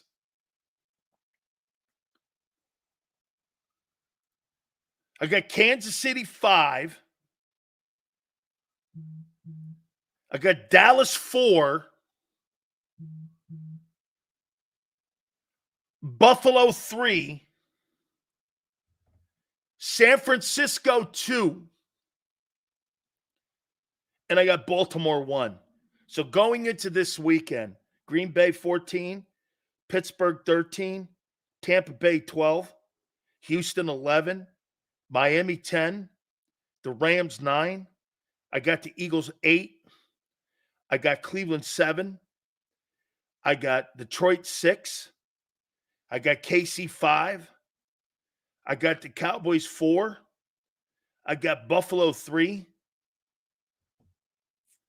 I got the 49ers 2 and Baltimore 1.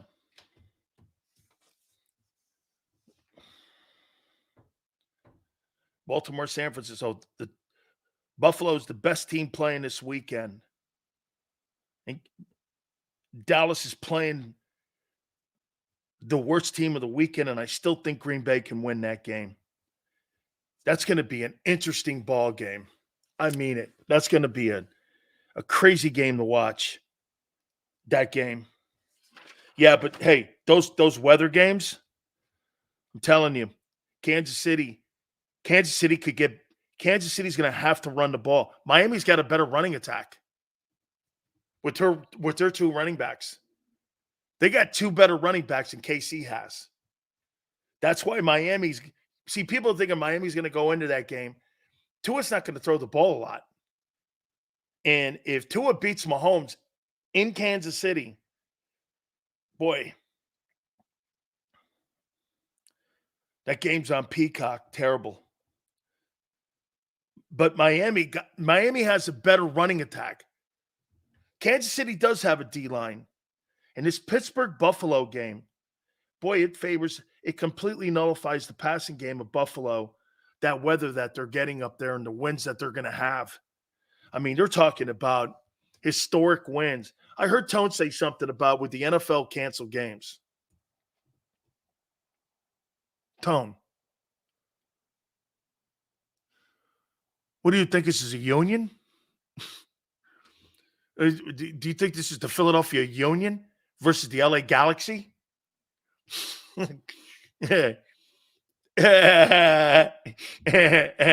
Okay, good Douglas Sells. I'm joking here. You cancel games like that when you're the Philadelphia Union playing the LA Galaxy. Snow games are made for TV. Can you see them guys sitting in them shorts going, it's a little kind of cold out here. I don't know. Do the soccer guys talk like that? I have no idea. I'm not trying to stereotype anybody, but and for the record, he's Italian. How you doing? Yeah, I mean, you can't flop in the snow, can you? I heard Tone say that. Now that I know that he was joking, I saw the face that he made when he said it. You don't think they'll cancel? Man, NFL don't cancel. Do you understand? President of the United States got shot back in the 60s. They didn't stop the games. That's not what the NFL doesn't do that. Okay? The NFL doesn't do that. What do you think? They're going to reschedule? President of the United States was assassinated. The NFL played. Now, to Pete Rozelle's credit, he did say my biggest mistake of my entire life as commissioner of the league was playing during that time. And they did move the games when it came to September 11th. So, okay. Just to be historically factual, that he did say that it was his biggest mistake, Roselle, not canceling the games when it came to the assassination of President Kennedy. So, all right. I think my guy's got $200,000 on him. Philly Godfather has like $200,000 on him. And you know how he made the money? He bet against Tone every week. No.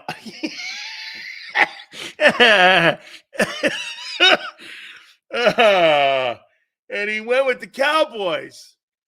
It Tone's like, hey, Sills, listen, man, you got to know something here.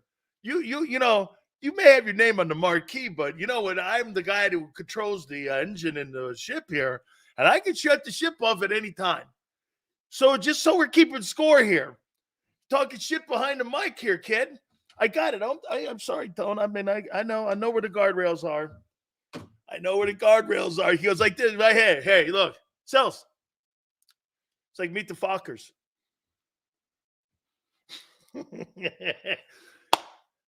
Final hour coming up. Our good friend, Philly Godfather, will be with us trying to make you some more money. Hit the like button. Keep it here, National Football Show.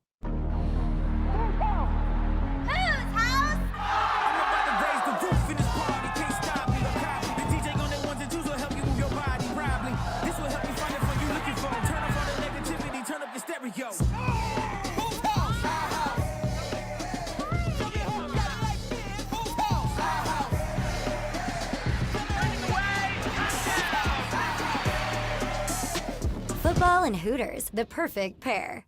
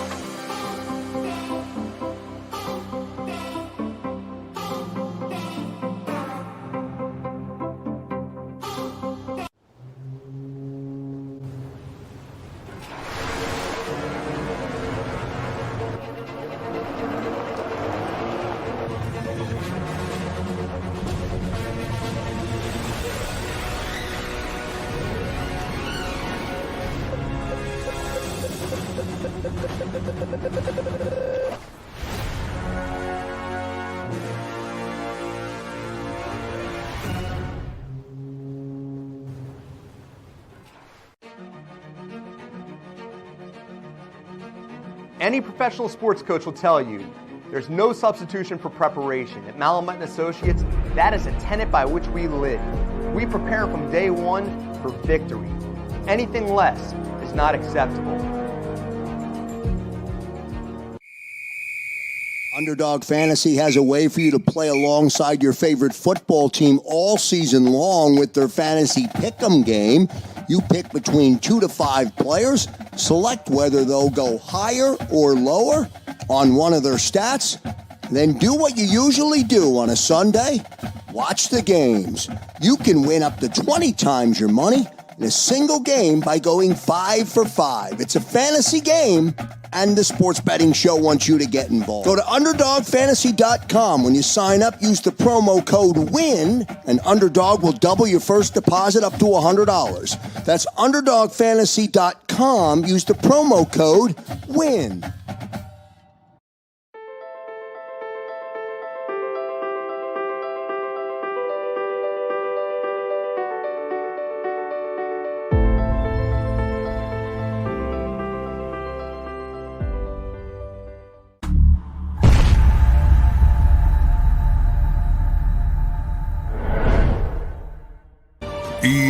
EAGLES, Eagles.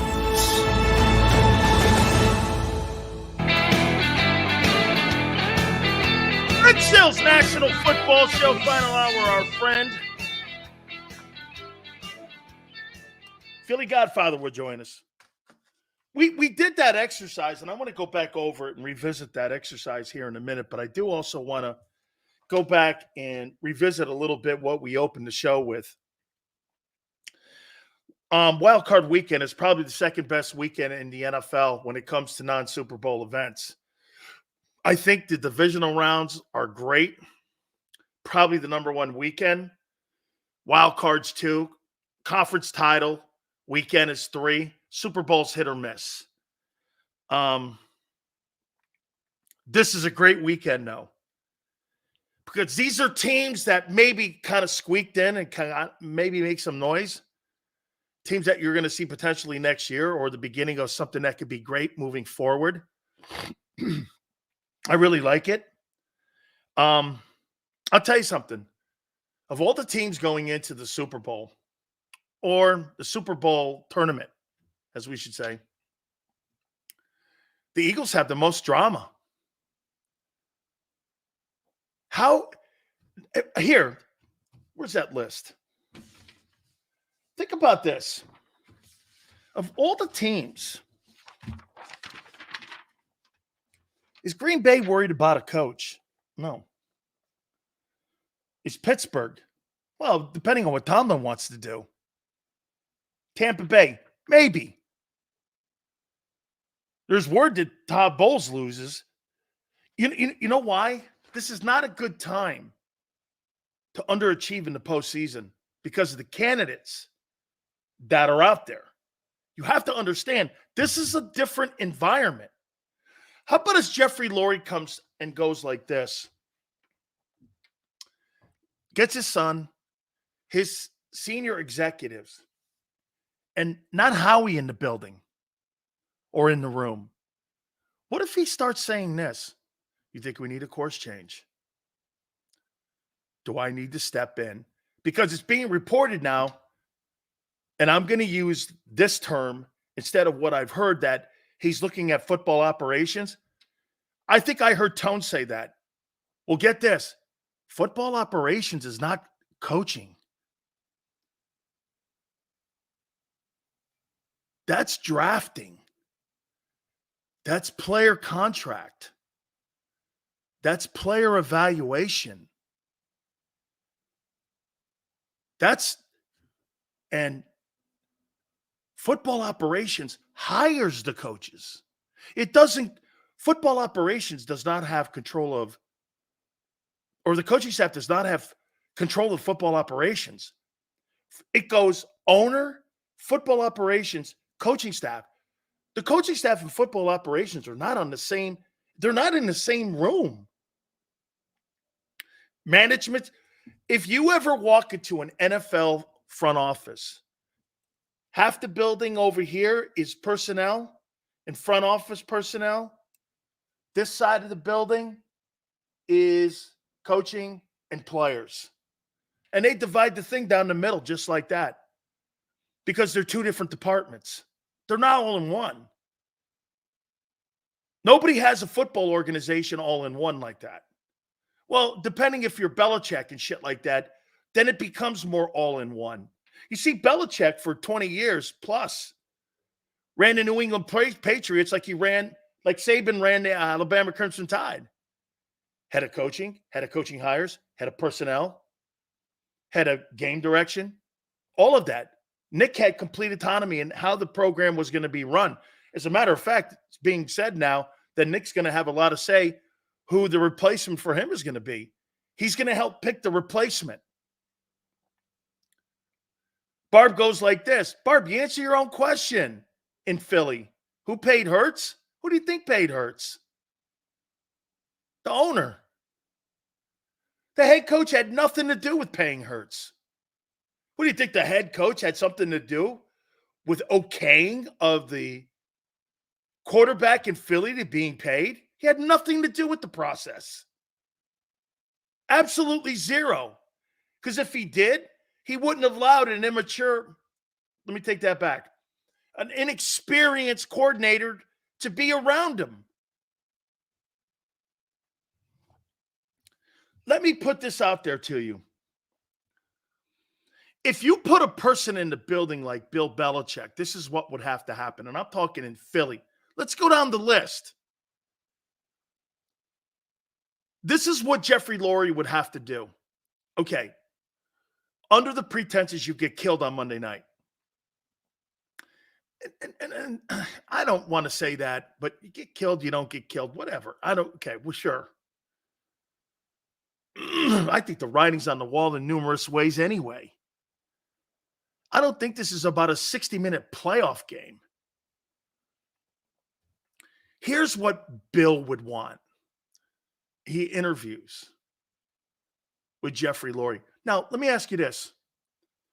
Would Jeffrey Lurie behind closed doors pick the phone up and call Belichick already? Yes. And you know how he does it? Follow me here, Tone. Hey, Bill, owner of the Eagles, congratulations on a great career. Glad to see everything worked out with you and Bob and how you and him handled everything. I just want to tell you and give you my love for all the things you accomplished up there and the great things that you did, because they have a really great relationship from what I understand. And I've heard this through Jimmy that Jeffrey Lurie has great affection and respect for Bill Belichick. So would he call him? I don't believe that that's a text message. I think he'd call him personally. And I think he would leave it open-ended. And you know what? He would send a message. Hey, congratulations. Great season. Maybe we'll catch up. All right. You know, we're in the middle of a playoff run here. We'll see what happens. And, hey, we'll catch up again. And just want to wish you congratulations. Could it be something that subtle? Why not? Nothing wrong with that. He's a free agent. What would a guy like that want coming into the building? I think you send that kind of smoke signal out to him. Or you know what? Why not talk to him as a consultant? What would you do? What would be something you do? Hey, Bill, can you do me a favor? Why don't you come down and take a look at our operation when everything is said and done? I'd like to pay you as a consultant here, just to get your insight on what you think. I don't know if you'd be open for that. And just to tell me where you think we should go here. Because you're not going to have him interview. You don't interview Bill Belichick. You ask him what he would want. Or you think you're interviewing Pete Carroll and Bill Belichick normally like you would interview Fredo Sirianni? There's a reason they didn't fire or come to an agreement, whatever it is, on Black Monday. You don't handle that guy like you would handle a firing of a normal coach. You don't interview Bill Belichick. You ask him what the parameters would be if you would want the job. This is what I would say if I was Bill, where I'm at now at 70 years old. Look, because it's got to be a short-term plan. Hurts gives you the ability to have a short-term plan.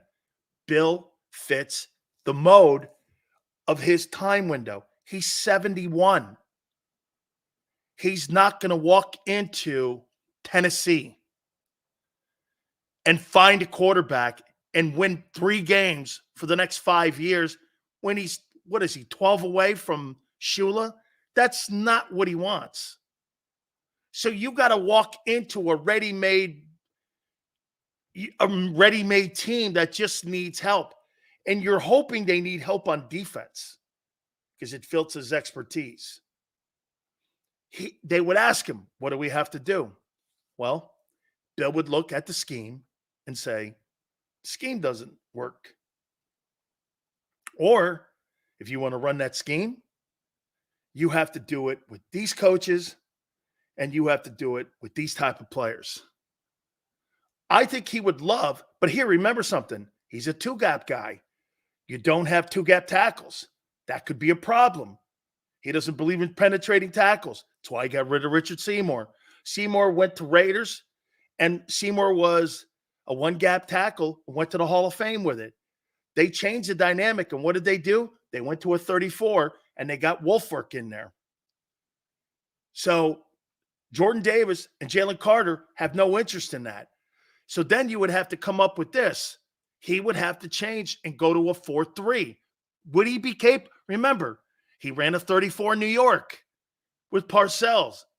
Jim Burt was the nose guard. Eric Howard was. Well, Eagle fan goes like this. I hate the 34. You know why? There's very few linebackers in today's NFL where you could have 4 linebackers on any given team. Especially when you're talking about $20 million and we're talking about like the tag number being 20. You're not going to pay $80 million or at least $20 million in one of those guys in the 4.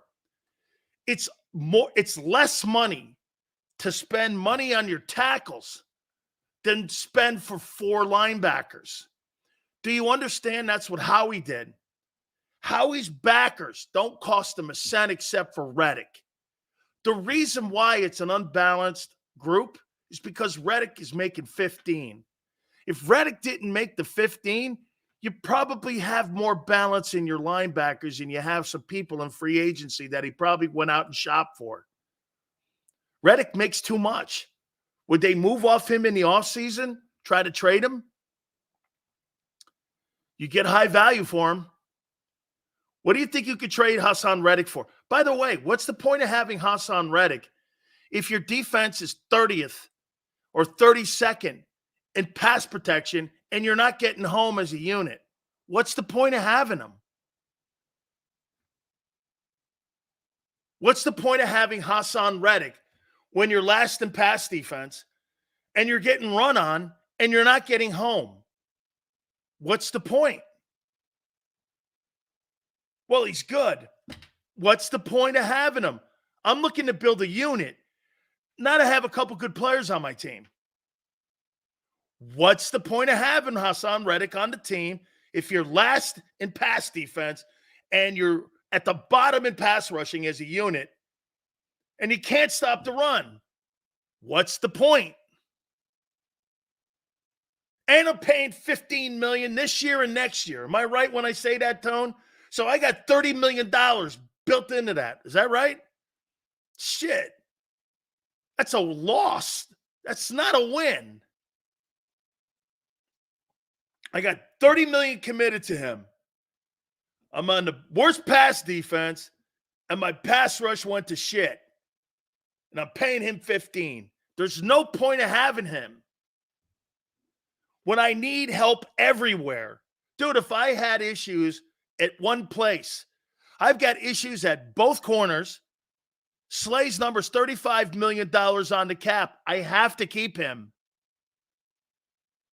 You're either going to eat Bradbury's cap or you're going to eat Slay's cap. Slay's cap's too high. You got to keep Slay. Or redo it. Because remember something with both those men. If they redo their contracts, if I'm the player, I don't give a shit about the restructuring. I want to know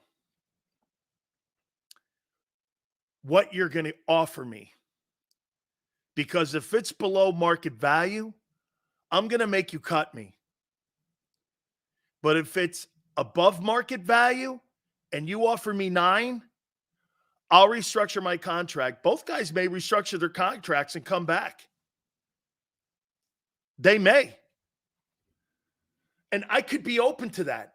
Hey, we're going to drop you down from 15 to 9, and we're going to drop you down from 15 to 6 or 7. Here's some money up front. You're not getting that in the open market. Worst pass defense in the NFL. Take it or leave it. And you get that number down so you can look at the 26 season, okay, or the 25 season. I'm dumping these guys. You got to start thinking like this. And draft a kid in the first round.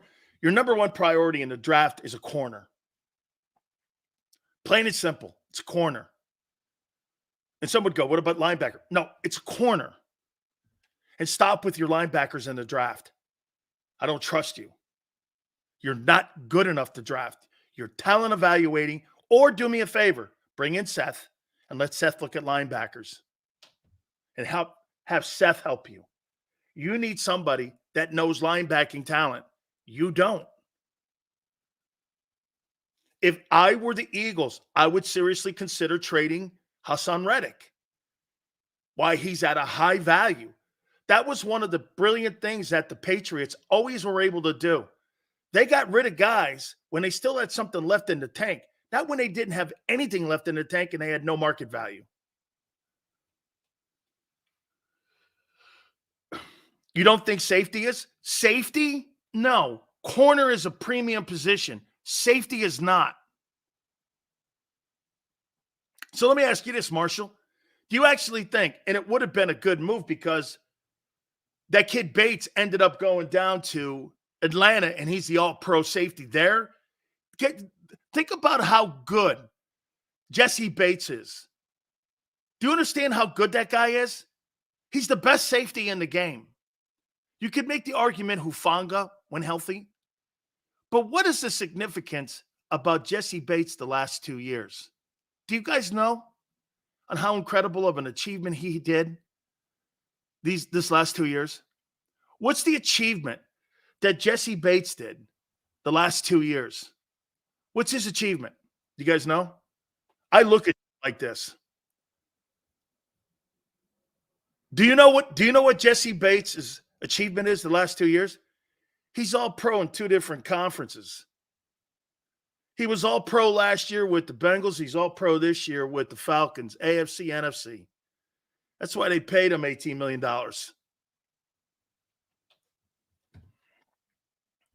Think Howie's paying $18 million to a safety? Come on, man.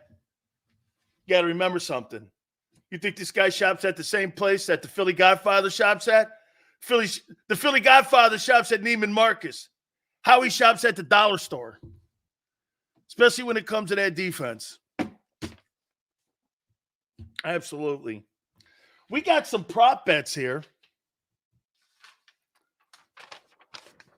And we're going to take a look at these games.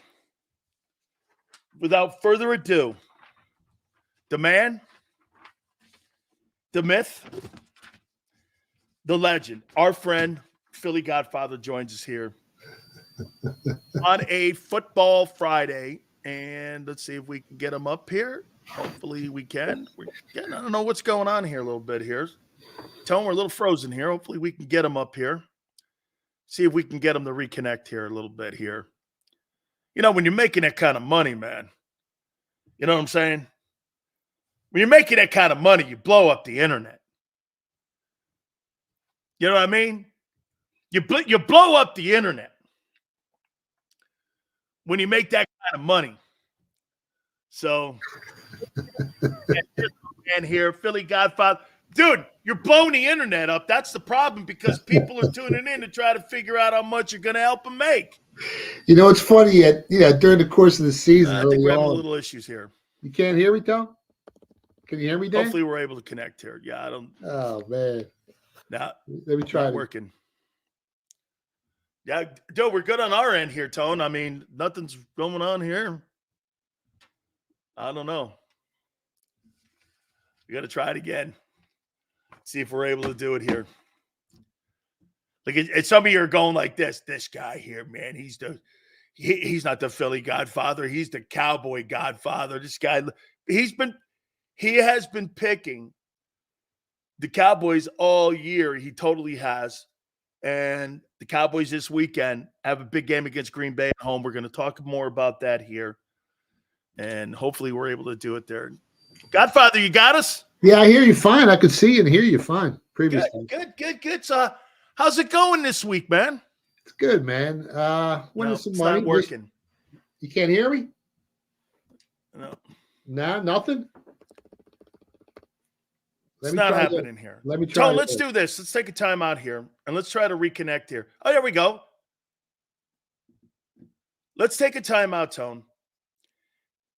And let's try to reconnect, and I'll reconnect myself, and let's see if we can do this. Let's take a time out. Hit the like button. Keep it here, National Football Show.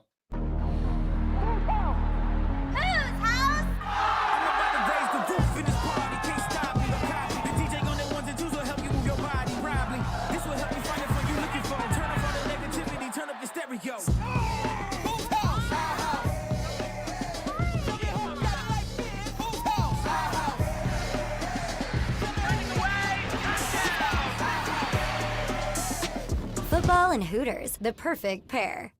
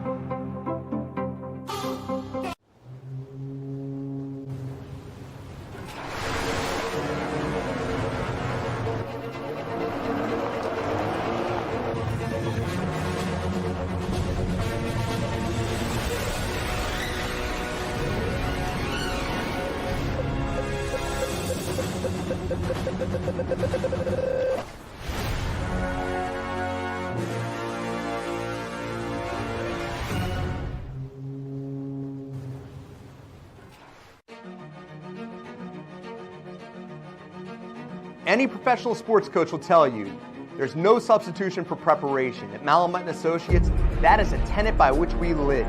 We prepare from day one for victory. Anything less is not acceptable. Underdog Fantasy has a way for you to play alongside your favorite football team all season long with their fantasy pick'em game. You pick between 2 to 5 players, select whether they'll go higher or lower on one of their stats, then do what you usually do on a Sunday, watch the games. You can win up to 20 times your money in a single game by going 5 for 5. It's a fantasy game, and the Sports Betting Show wants you to get involved. Go to UnderdogFantasy.com. When you sign up, use the promo code WIN, and Underdog will double your first deposit up to $100. That's UnderdogFantasy.com. Use the promo code WIN.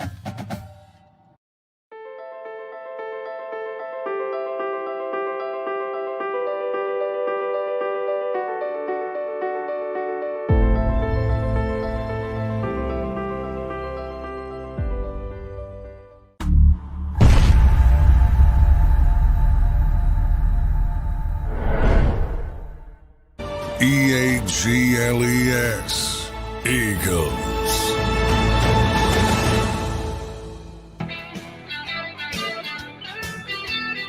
Big Sills. Appreciate you boys coming aboard. I appreciate it here. And I believe he's still frozen. Philly Godfather. There you Yep. go. How you doing, brother? What's up, Dan? I put you on the phone because something wrong with the laptop. I don't know what's going on. So I got you, man. I mean, we had that problem a little bit earlier too here, so we're all good. How's it been going so far? Hey, you're killing it, ain't you? Michigan, baby, go blue. We want some big money on Michigan. I gave it to you guys at the beginning of the season. I know a lot of Philly fans didn't like me early in the year, but with all the money we made you guys gotta love it. Absolutely, man. You've had a gigantic year. I mean, massive winners everywhere. Dude, how well did you do in college this year? During the season, it was a little choppy early. We got strong late, but all the college football futures came in. Michigan at 9-1. Jaden Daniels at 12-1 to win the Heisman. Penn State over 9.5 wins. Washington to win the Pac-12 at 5-1. So we made some money. All right. I'm going to do some prop bets first before we do anything when it comes to the playoff games on Saturday, Sunday, and, of course, Monday night. First and foremost, prop bet. On Tuesday morning, will Nick Sirianni be the head football coach of the Philadelphia Eagles? What say you? Man, I'd say no. I say no. So okay. How about this? $100. Is that a fair bet? Could you you give me 3-1 on that or 2-1? What is it? No, I'd say it's even money. It's an even bet. I know a lot of the coordinators are gone. I already know that for a fact. I got in some information. A lot of coordinators are out the door. It's a done deal already. Okay. Dallas Goedert, 7 catches in the game on Monday night. Over, under. Man, it's a lot of catches. I would say under. Because there's a chance that, here's this, 49% chance that A.J. Brown plays in that game on Monday night. Yeah, I could have swore I saw him on the back of a milk cart. He's been missing. How about this one? Jalen Hurts, over, under, 208 passing yards. Man. I would say under. I mean, that finger, is he 100%? I don't know. Yeah. Okay, let's get to this one. Miami, Isaiah Pacheco, over, under, 88.5 rushing yards. Ooh, it's a lot. Bad weather games. Really shitty weather. Yeah, they said it's going to feel like it's negative 30 degrees with the wind chill factor in that game. That's cold. It's a lot of yards. I'd say under. Baker Mayfield, over, under, 234.5 passing yards. How about over 275 alternate line? Woo! Dan, he's got way better numbers than Jalen Hurts this season. He's played his ass off. And as much as Jalen Hurts, people love Jalen Hurts, and he looked great last year. This year, Baker Mayfield has been the better quarterback. Can you say that again one bit for me? One more time. So, no, here it is. 4,000 passing yards, 28 touchdowns, only 10 picks, and a higher quarterback rating. Yeah, and Jalen Hurts is a turnover machine this season, let's be honest. So Baker Mayfield is a better quarterback in 2023 than Jalen Hurts. This year, absolutely. It's a fact. All right. Rams at Lions, Stafford, over, under, 273.5. That's right there. I lean towards the over. Stafford going back home, too. How about this one? The legendary Joe Flacco, over 37 passing attempts. Yeah, I think so. Since he became the starter, they're averaging 28 points per game. I mean, he's been airing the ball out, and offensively, they're pretty healthy now going to the playoffs. Defensively, still a little banged up. Yeah, I could see that happen. Just so you know, just to keep a score here about Mrs. AJ Brown, excuse me. He deleted all of his Eagle stuff off of his social media, and I've been told by the Generation X guys and people that, it's kind of what he does as he gets ready for the playoffs. He deleted his Twitter account and all Eagle things related, getting ready for the Buck game. I know there's been some issues there, so I don't want to even comment on that, man. I just hope he plays for the Eagles' fans' sake. DeAndre Swift, 62 rushing yards, over under. They're going to need him to run the ball. I would say over. Devontae Smith, over under, 62 yards. He's banged up. I mean, his speed ain't going to be there. He's got a high ankle sprain. I'd say under. All right, let's go into the games now. Wild card weekend. Let's start with the first game on NBC. Cleveland at Houston. Houston's defense has played a lot better. Cleveland has the best defense in the NFL. Jim Schwartz, by the way, has been named the assistant NFL coach of the year. They have done a great job. Kevin Stefanski's had 5 different quarterbacks. Flacco has like 4 or 5 straight 300-plus passing games. They've been able to run the ball. They get after people. This game, I'll tell you, man, Stroud has really showed me a lot. They run the ball well. Their defense has played really well. How do you look at this? I mean, they've exceeded all expectations. He's missed 2 games on the season, and they still end up winning 9 games, which is huge for that Texans team, and looks good for their future. But every time they stepped up this season in competition, they lost. They lost to the Browns. Obviously, they didn't play that game. They lost to the Ravens.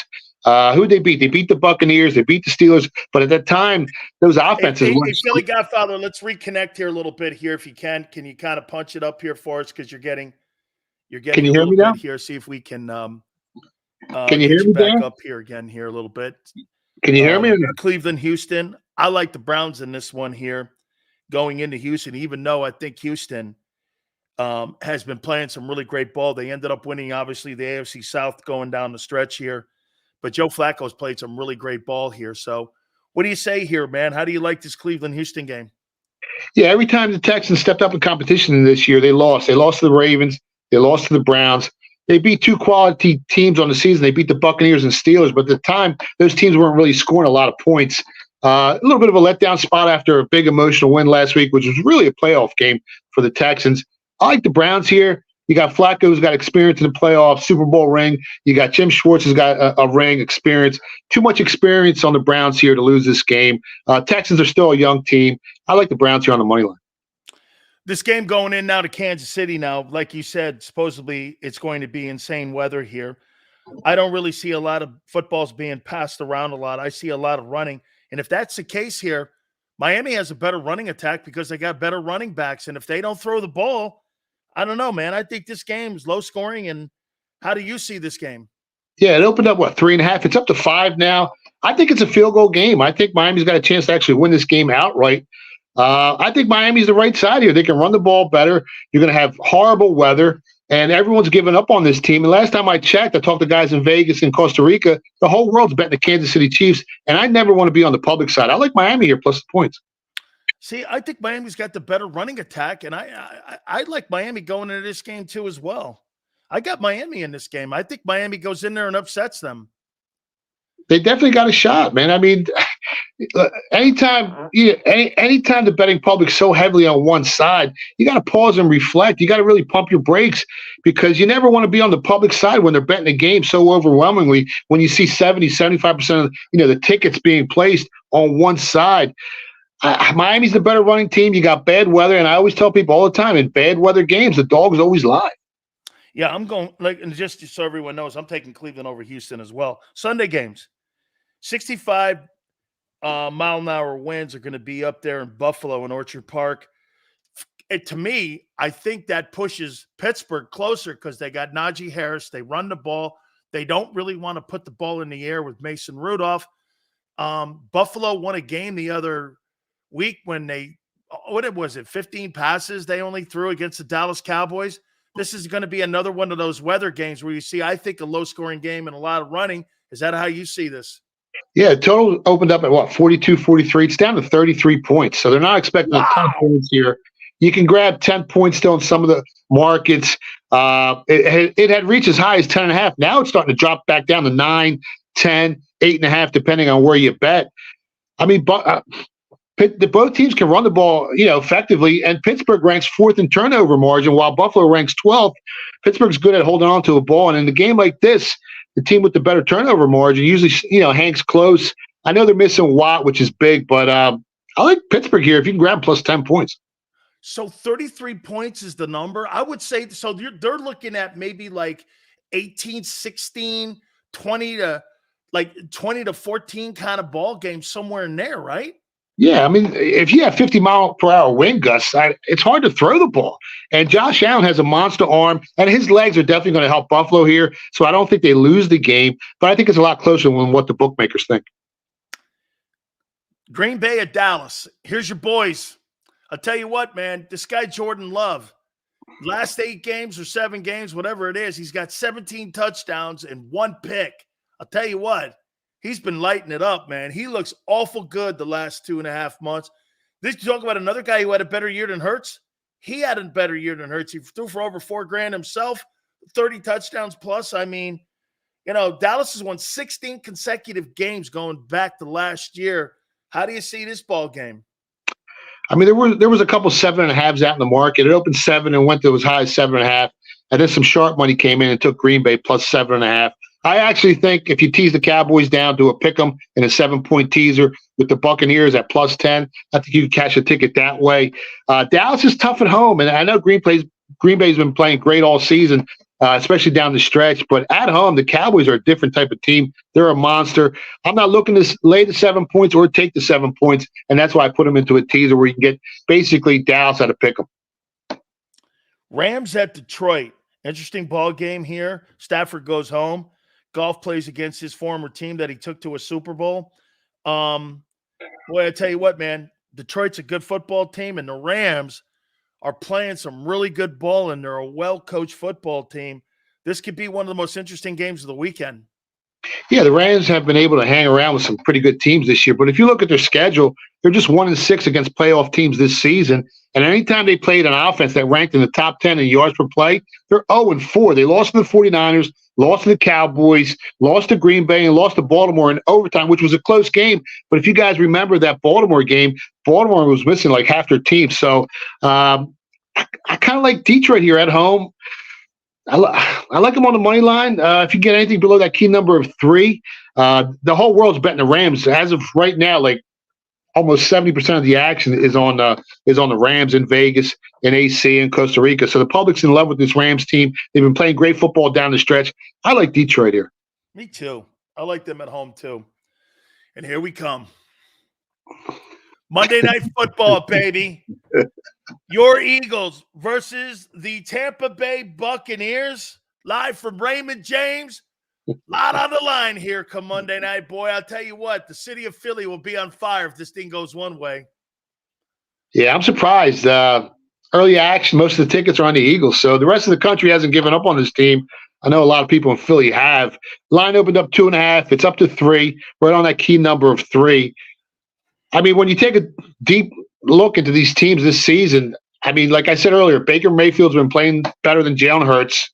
The Buccaneers have the better defense. They've given up 103 less points on this season. They have the better point differential. They're at home. They're a lot healthier too. They got a +7 SIC health score, better than the Eagles, going into this matchup. So they're the much healthier team, and health is so big going into the playoffs. I like Tampa Bay here, man. I think the wrong team's favorite. I think Tampa Bay wins this game. Excuse me. You choked me up. A little Yeah, bit here. you know what I've been hearing all week, Dan? That the Eagles are going to turn it off. There's a turn on, turn off switch, imaginary turn on switch that exists in the NFL, and they're just going to turn it on, and they're going to go out there and they're going to play their asses off. And if you can find me that turn on switch, let me know, because I need it in a couple other areas. You know what I mean? I'm going to tell you this. What people want you to do is they want you to ignore what you've seen for the last month and a half, and you can't ignore it. No. I'm going to make a point to you here. Get this. If Tampa Bay right now and their coaches and Bruce Arians is sitting here, I'm going to give you a little insight here. So I spoke to Bruce Arians last night, and you know what Bruce Arians said? Hey, James, our IT guy, you could quote me on this. You know what he said? We score first. I believe it. I mean, they got more playmakers on offense. If AJ don't play, who's going to cover those guys? You might as well go over yardage in every receiver on the Tampa Bay team for this game. Can you? Hey, the Bucks believe if they score first, the Eagles will quit. I believe it. I mean, I think they already quit on the season. Look at them last week against the Giants. Told you guys, it's getting ugly, man. It's going to get a lot uglier too. All right, I've got some other. Give me your predictions on this. Bill Belichick. Where does he coach in 2024? I don't know if he's going to coach. He's 71 years old. I mean, is it a good idea hiring someone that old to be, He's 12 wins away from Shula. Yeah. Well, if Dallas craps the bed and loses, you might see him in Dallas. It'd be nice to have him in Philly, but again, I mean, he's 71 years old. I think it's time to go retire for Bill, man. Let's be honest. He's done enough. What else does he have to do? Like, there's nothing left to do. So it's time to put him out the pasture. Yeah. The game's changing. And listen, I love Bill, but without Brady, he hasn't really done anything, And I'm not trying to knock the guy, but I'm just stating the facts. Yeah, but I want to show you something on that, and I think you'll have an appreciation on what I'm going to show you here with that.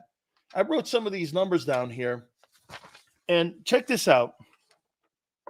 These are some of the greatest coaches in the history of the National Football League that were at the end of their time, and I wrote it down. And here, let me bring it up. I put it on Twitter. When I looked at George Halas, I looked at Tom Landry, and I think I looked at Belichick, and I looked at how well those guys all did in their final 5 seasons, and it came out to be kind of the same. These are guys with like over 20 years, that went out there and their last 5 years, and these are 20-year guys. And I wrote this down. Here's Don Shula's record the last 5 years, 47-33, which was better than I thought. Halas's record was 37-28. Belichick is 41-42. And Landry's 36-43.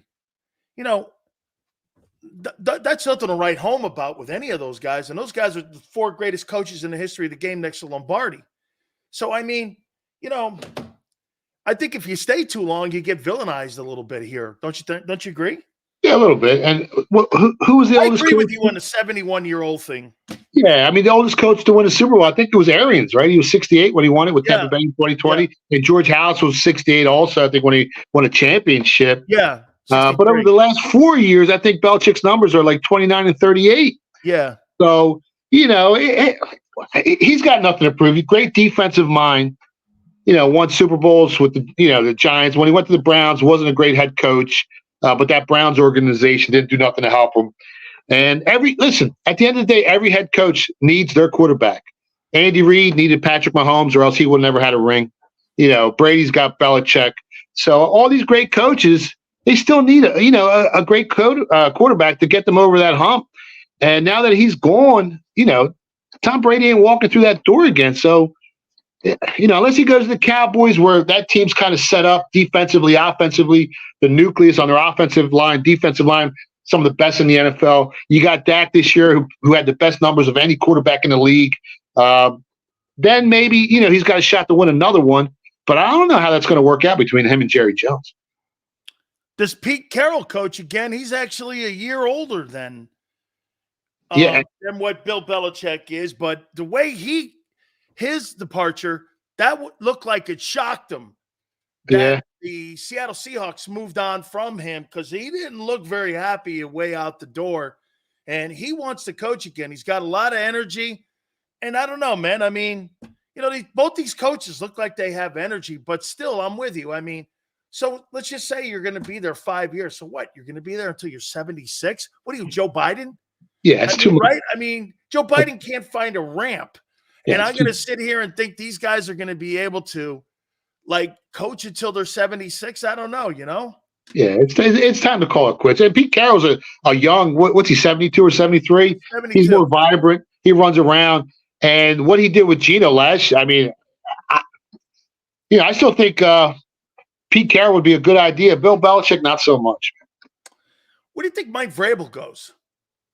Wherever he goes, that team's going to be really lucky. I mean, he's one of the best coaches in the NFL. Did you hear why they let him go in Tennessee?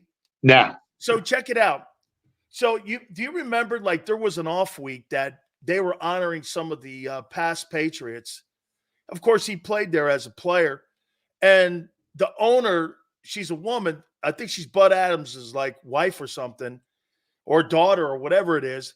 She's now in control. And she had a cow with the fact that he was there in the box with Bob Kraft.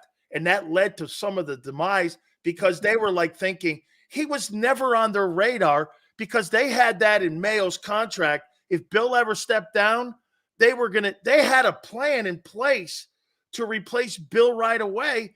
So he was never in that. So they let that guy walk. In the last couple of years, think of this. You let A.J. Brown and now Mike Vrabel walk out the building. No wonder you suck. No, they're in trouble. That franchise is in trouble. I mean, if you look at Mike Vrabel's numbers, second half adjustments, second half scoring, he's one of the best coaches in the NFL over recent years.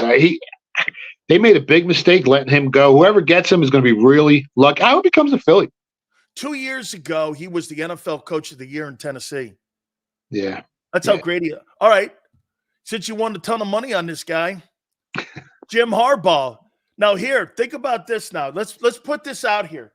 So Jim Harbaugh's got a contract on the table right now that will pay him in excess of $15 million a year in Michigan.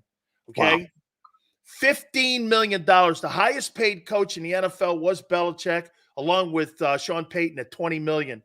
So you're a college coach. You only answer to the president. You don't answer to anybody else. You hire your own coaches. You are head of your own personnel. You make your own schedule. You have all of that. Do you really tell me? And people go like this, well, he wants the honor of, the Super Bowl trophy. This guy was a 17-year NFL guy, and he was massively successful as a coach in the NFL. You're like me, Philly Godfather. I don't give a shit about toys. I care about direct deposits. Yeah. Every Tuesday, it's about direct deposits, not trinkets. Yeah, if I'm Harbaugh, I'm not leaving. Why would you leave? He's got it made. There's nothing to prove for him. I mean, he was a great NFL coach, great college football coach. I would stay. I don't see him leaving. You think were you shocked with Alabama and with Saban? Yeah, because the guy where's he from? North Dakota or something? He's out in the Midwest somewhere. Yeah. I don't know if those guys down there in the SEC are going to respect him. I don't know if he's going to be able to get those.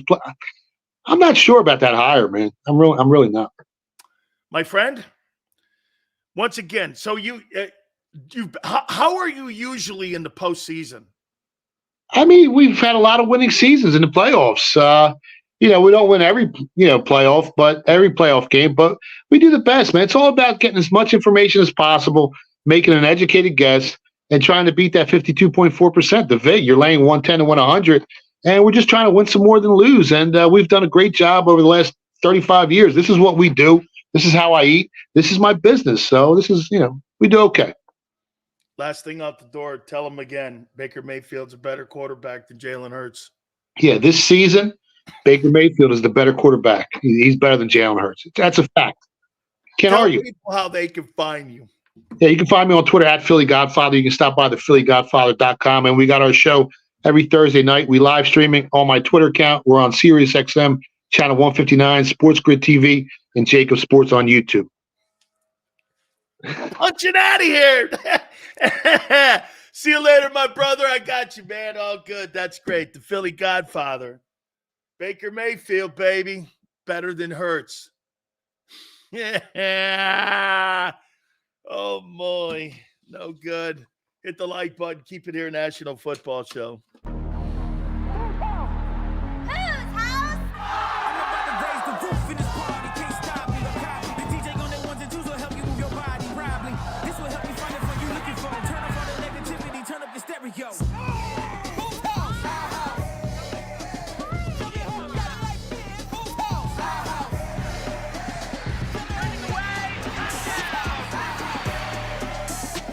Football and Hooters, the perfect pair.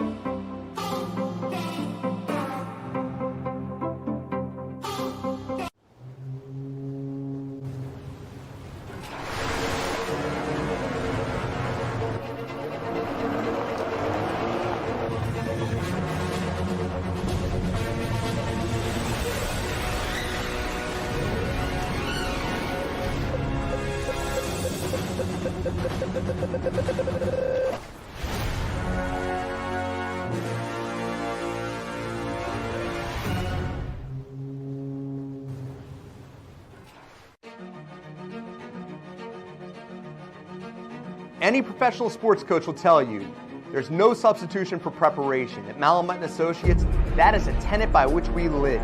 We prepare from day one for victory. Anything less is not acceptable. Underdog Fantasy has a way for you to play alongside your favorite football team all season long with their fantasy pick'em game. You pick between 2 to 5 players, select whether they'll go higher or lower on one of their stats, then do what you usually do on a Sunday, watch the games.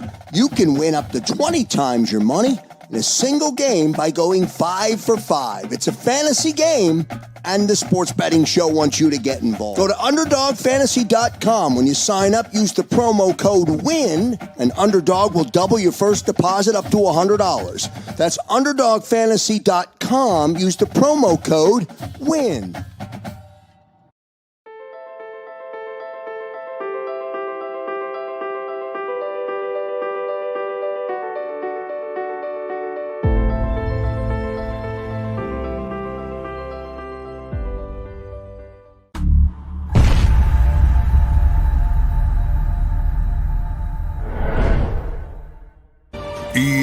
EAGLES, Eagles.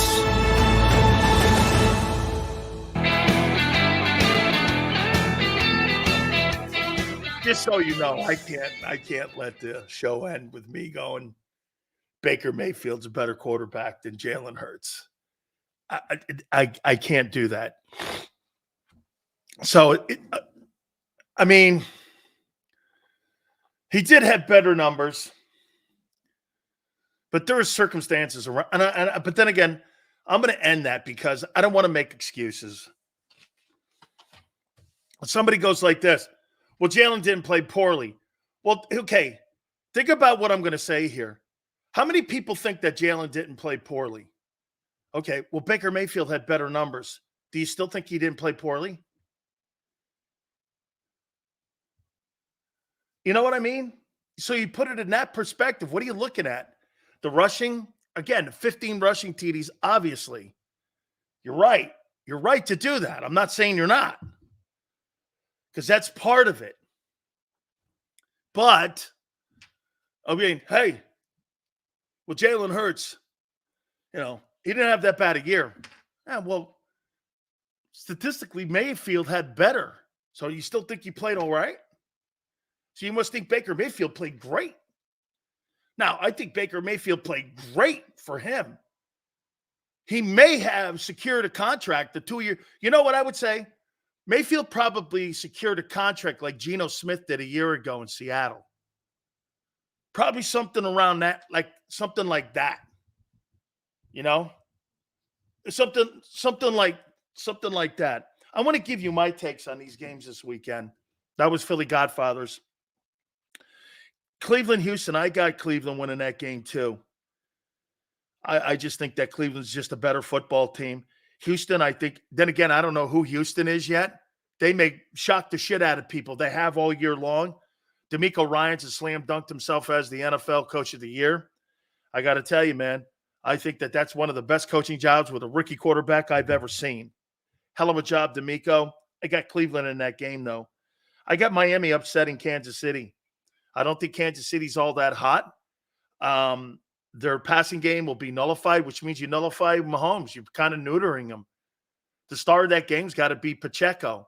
Well, if you're going to give me that and take Tua and take Mahomes away, I'm going to take the Miami running attack.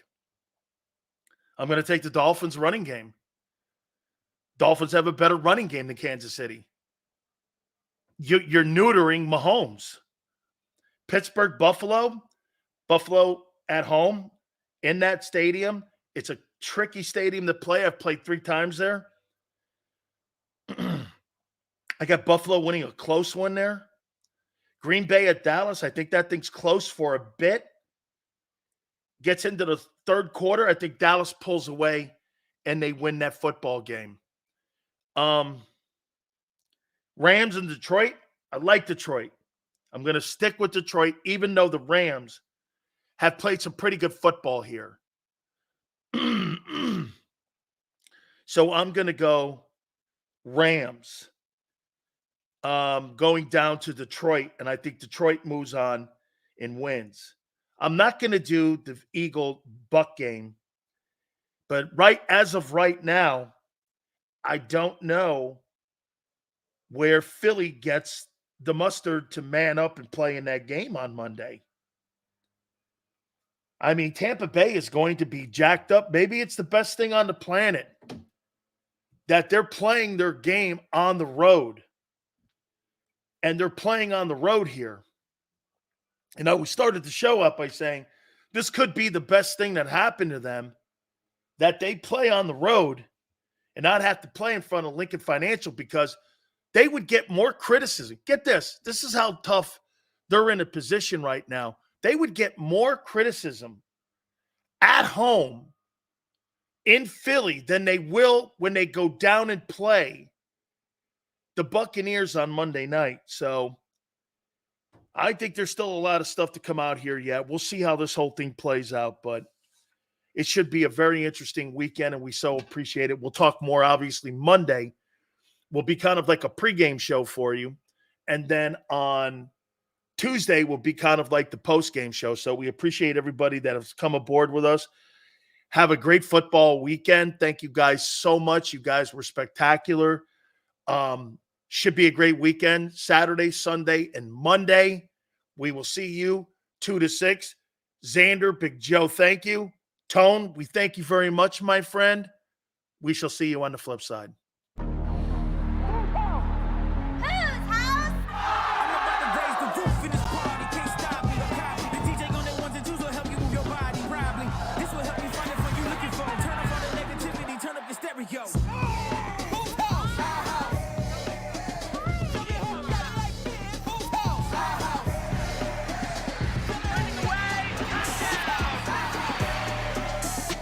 Football and Hooters, the perfect pair.